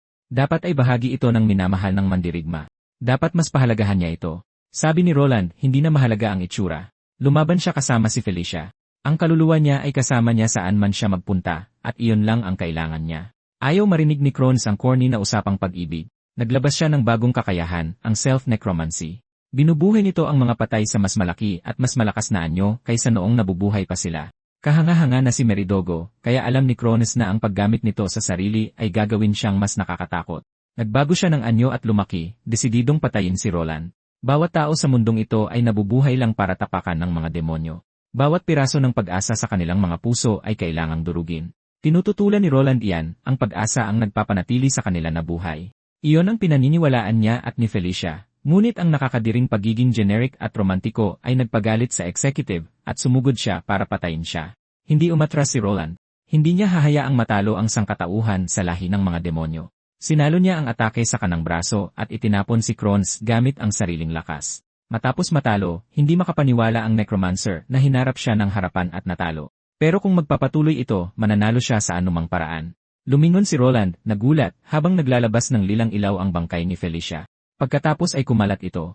Lahat ng zombie sa nayon ay nagsimulang magniningning, ninakaw ang kanilang enerhiya, at direktang ipinasa kay Krones habang ginagamit niya ang isa pang kakayahan. Lalong lumakas siya at pinilit ang lahat sa nayon na magsanib sa iisang baluktot na nilalang. Simple lang ang plano. Palabanin ang mga patay na sibilyan at pilitin si Roland na patayin sila ng paulit-ulit. Hindi nag-atubili si Roland. Ginamit niya ang metamorphosis sa kanyang braso at sinipsip ang pinagsanib na masa. Ang mga katawan ng sibilyan ay bumalik sa anyong tao tulad ng dati, kasama na si Felicia. Hindi niya sila maibabalik sa buhay, pero hindi niya hahayaang lapastanganin ng isang demonyo ang kanilang mga katawan. Higit sa lahat, gusto niyang maramdaman ng executive na iyon ang sakit na idinulot niya dala ang bigat ng buhay ng mga tao. Ayaw marinig ni Krones iyan mula sa isang basura na tulad niya. Samantala, naglalakad si Solana sa isang purong puting espasyo, hindi sigurado kung nasaan siya. Lumitaw si Felicia at tinawag ang kanyang kapatid sa pangalan, medyo nalulungkot na hindi siya makakonekta ng kasing lakas tulad ng kay Roland. Nalaman ni Solana kung sino ito at napaiyak, humihingi ng tawad dahil hindi siya nakatulong. Wala siya roon para kay Roland o Felicia noong kailangan nila siya. Hindi niya man lang masuportahan ang kanyang bayaw habang nagluluksa ito. Sa kaibuturan niya, kinamumuhian niya kung gaano siya kawalang silbi kahit bilang pamilya. Inamin ni Felicia na hindi lang ang asawa niya ang pinahirapan niya. Nasaktan din niya ang kanyang kapatid, kaya ayaw niyang humingi ng tawad si Solana o sisihin ang sarili. Ayos lang si Solana kung ano man siya. Gusto ni Felicia na mamuhay siya sa sarili niyang paraan kung paano man niya gusto. At kung isang araw ay pinili niyang manatili sa tabi ni Roland, hindi bilang kapalit, kundi bilang sarili niya, baka medyo magselos si Felicia. Pero papayagan niya ito. Niyakap niya si Solana at hiniling na mabuhay para sa sarili mula ngayon. Nagising si Solana sa tunay na mundo na yakap siya ni Roland, na nakahinga ng maluwag. Sabi niya, nakita niya si Felicia sa kanyang panaginip, at sabi ni Roland, ganoon din siya. Ayaw ibahagi ni Solana ang narinig niya, pero sinabi ni Roland na may natutunan din siya sa kanyang asawa. Ang kanang braso niya ay kayang iligtas ang mundo mula sa sakit, at iyon ang paggagamitan niya nito. Samantala, sa isang madilim na kastilyo, tinapos ng isang lilang apoy ang ulat nito. Sinabi nito sa Demon Lord na manatiling kalmado dahil kahit saan yung iyon, plano pa rin ni Krones na talunin si Roland. Nagpasalamat ang hari, tumayo mula sa kanyang trono, lumakad patungo sa executive, at tuluyan siyang tinapakan. Nang mabalitaan niyang nabuhay muli ang bida, inasahan niyang wasak na ito. Ngunit patuloy na nag-evolve ang bagong braso ng dating bayani, at baka isang araw ay maabot pa nito ang kapangyarihan ng mga Diyos. Napangiti ang hari sa isiping iyon, sabik na nakawin ang braso ni Roland para sa kanyang sarili.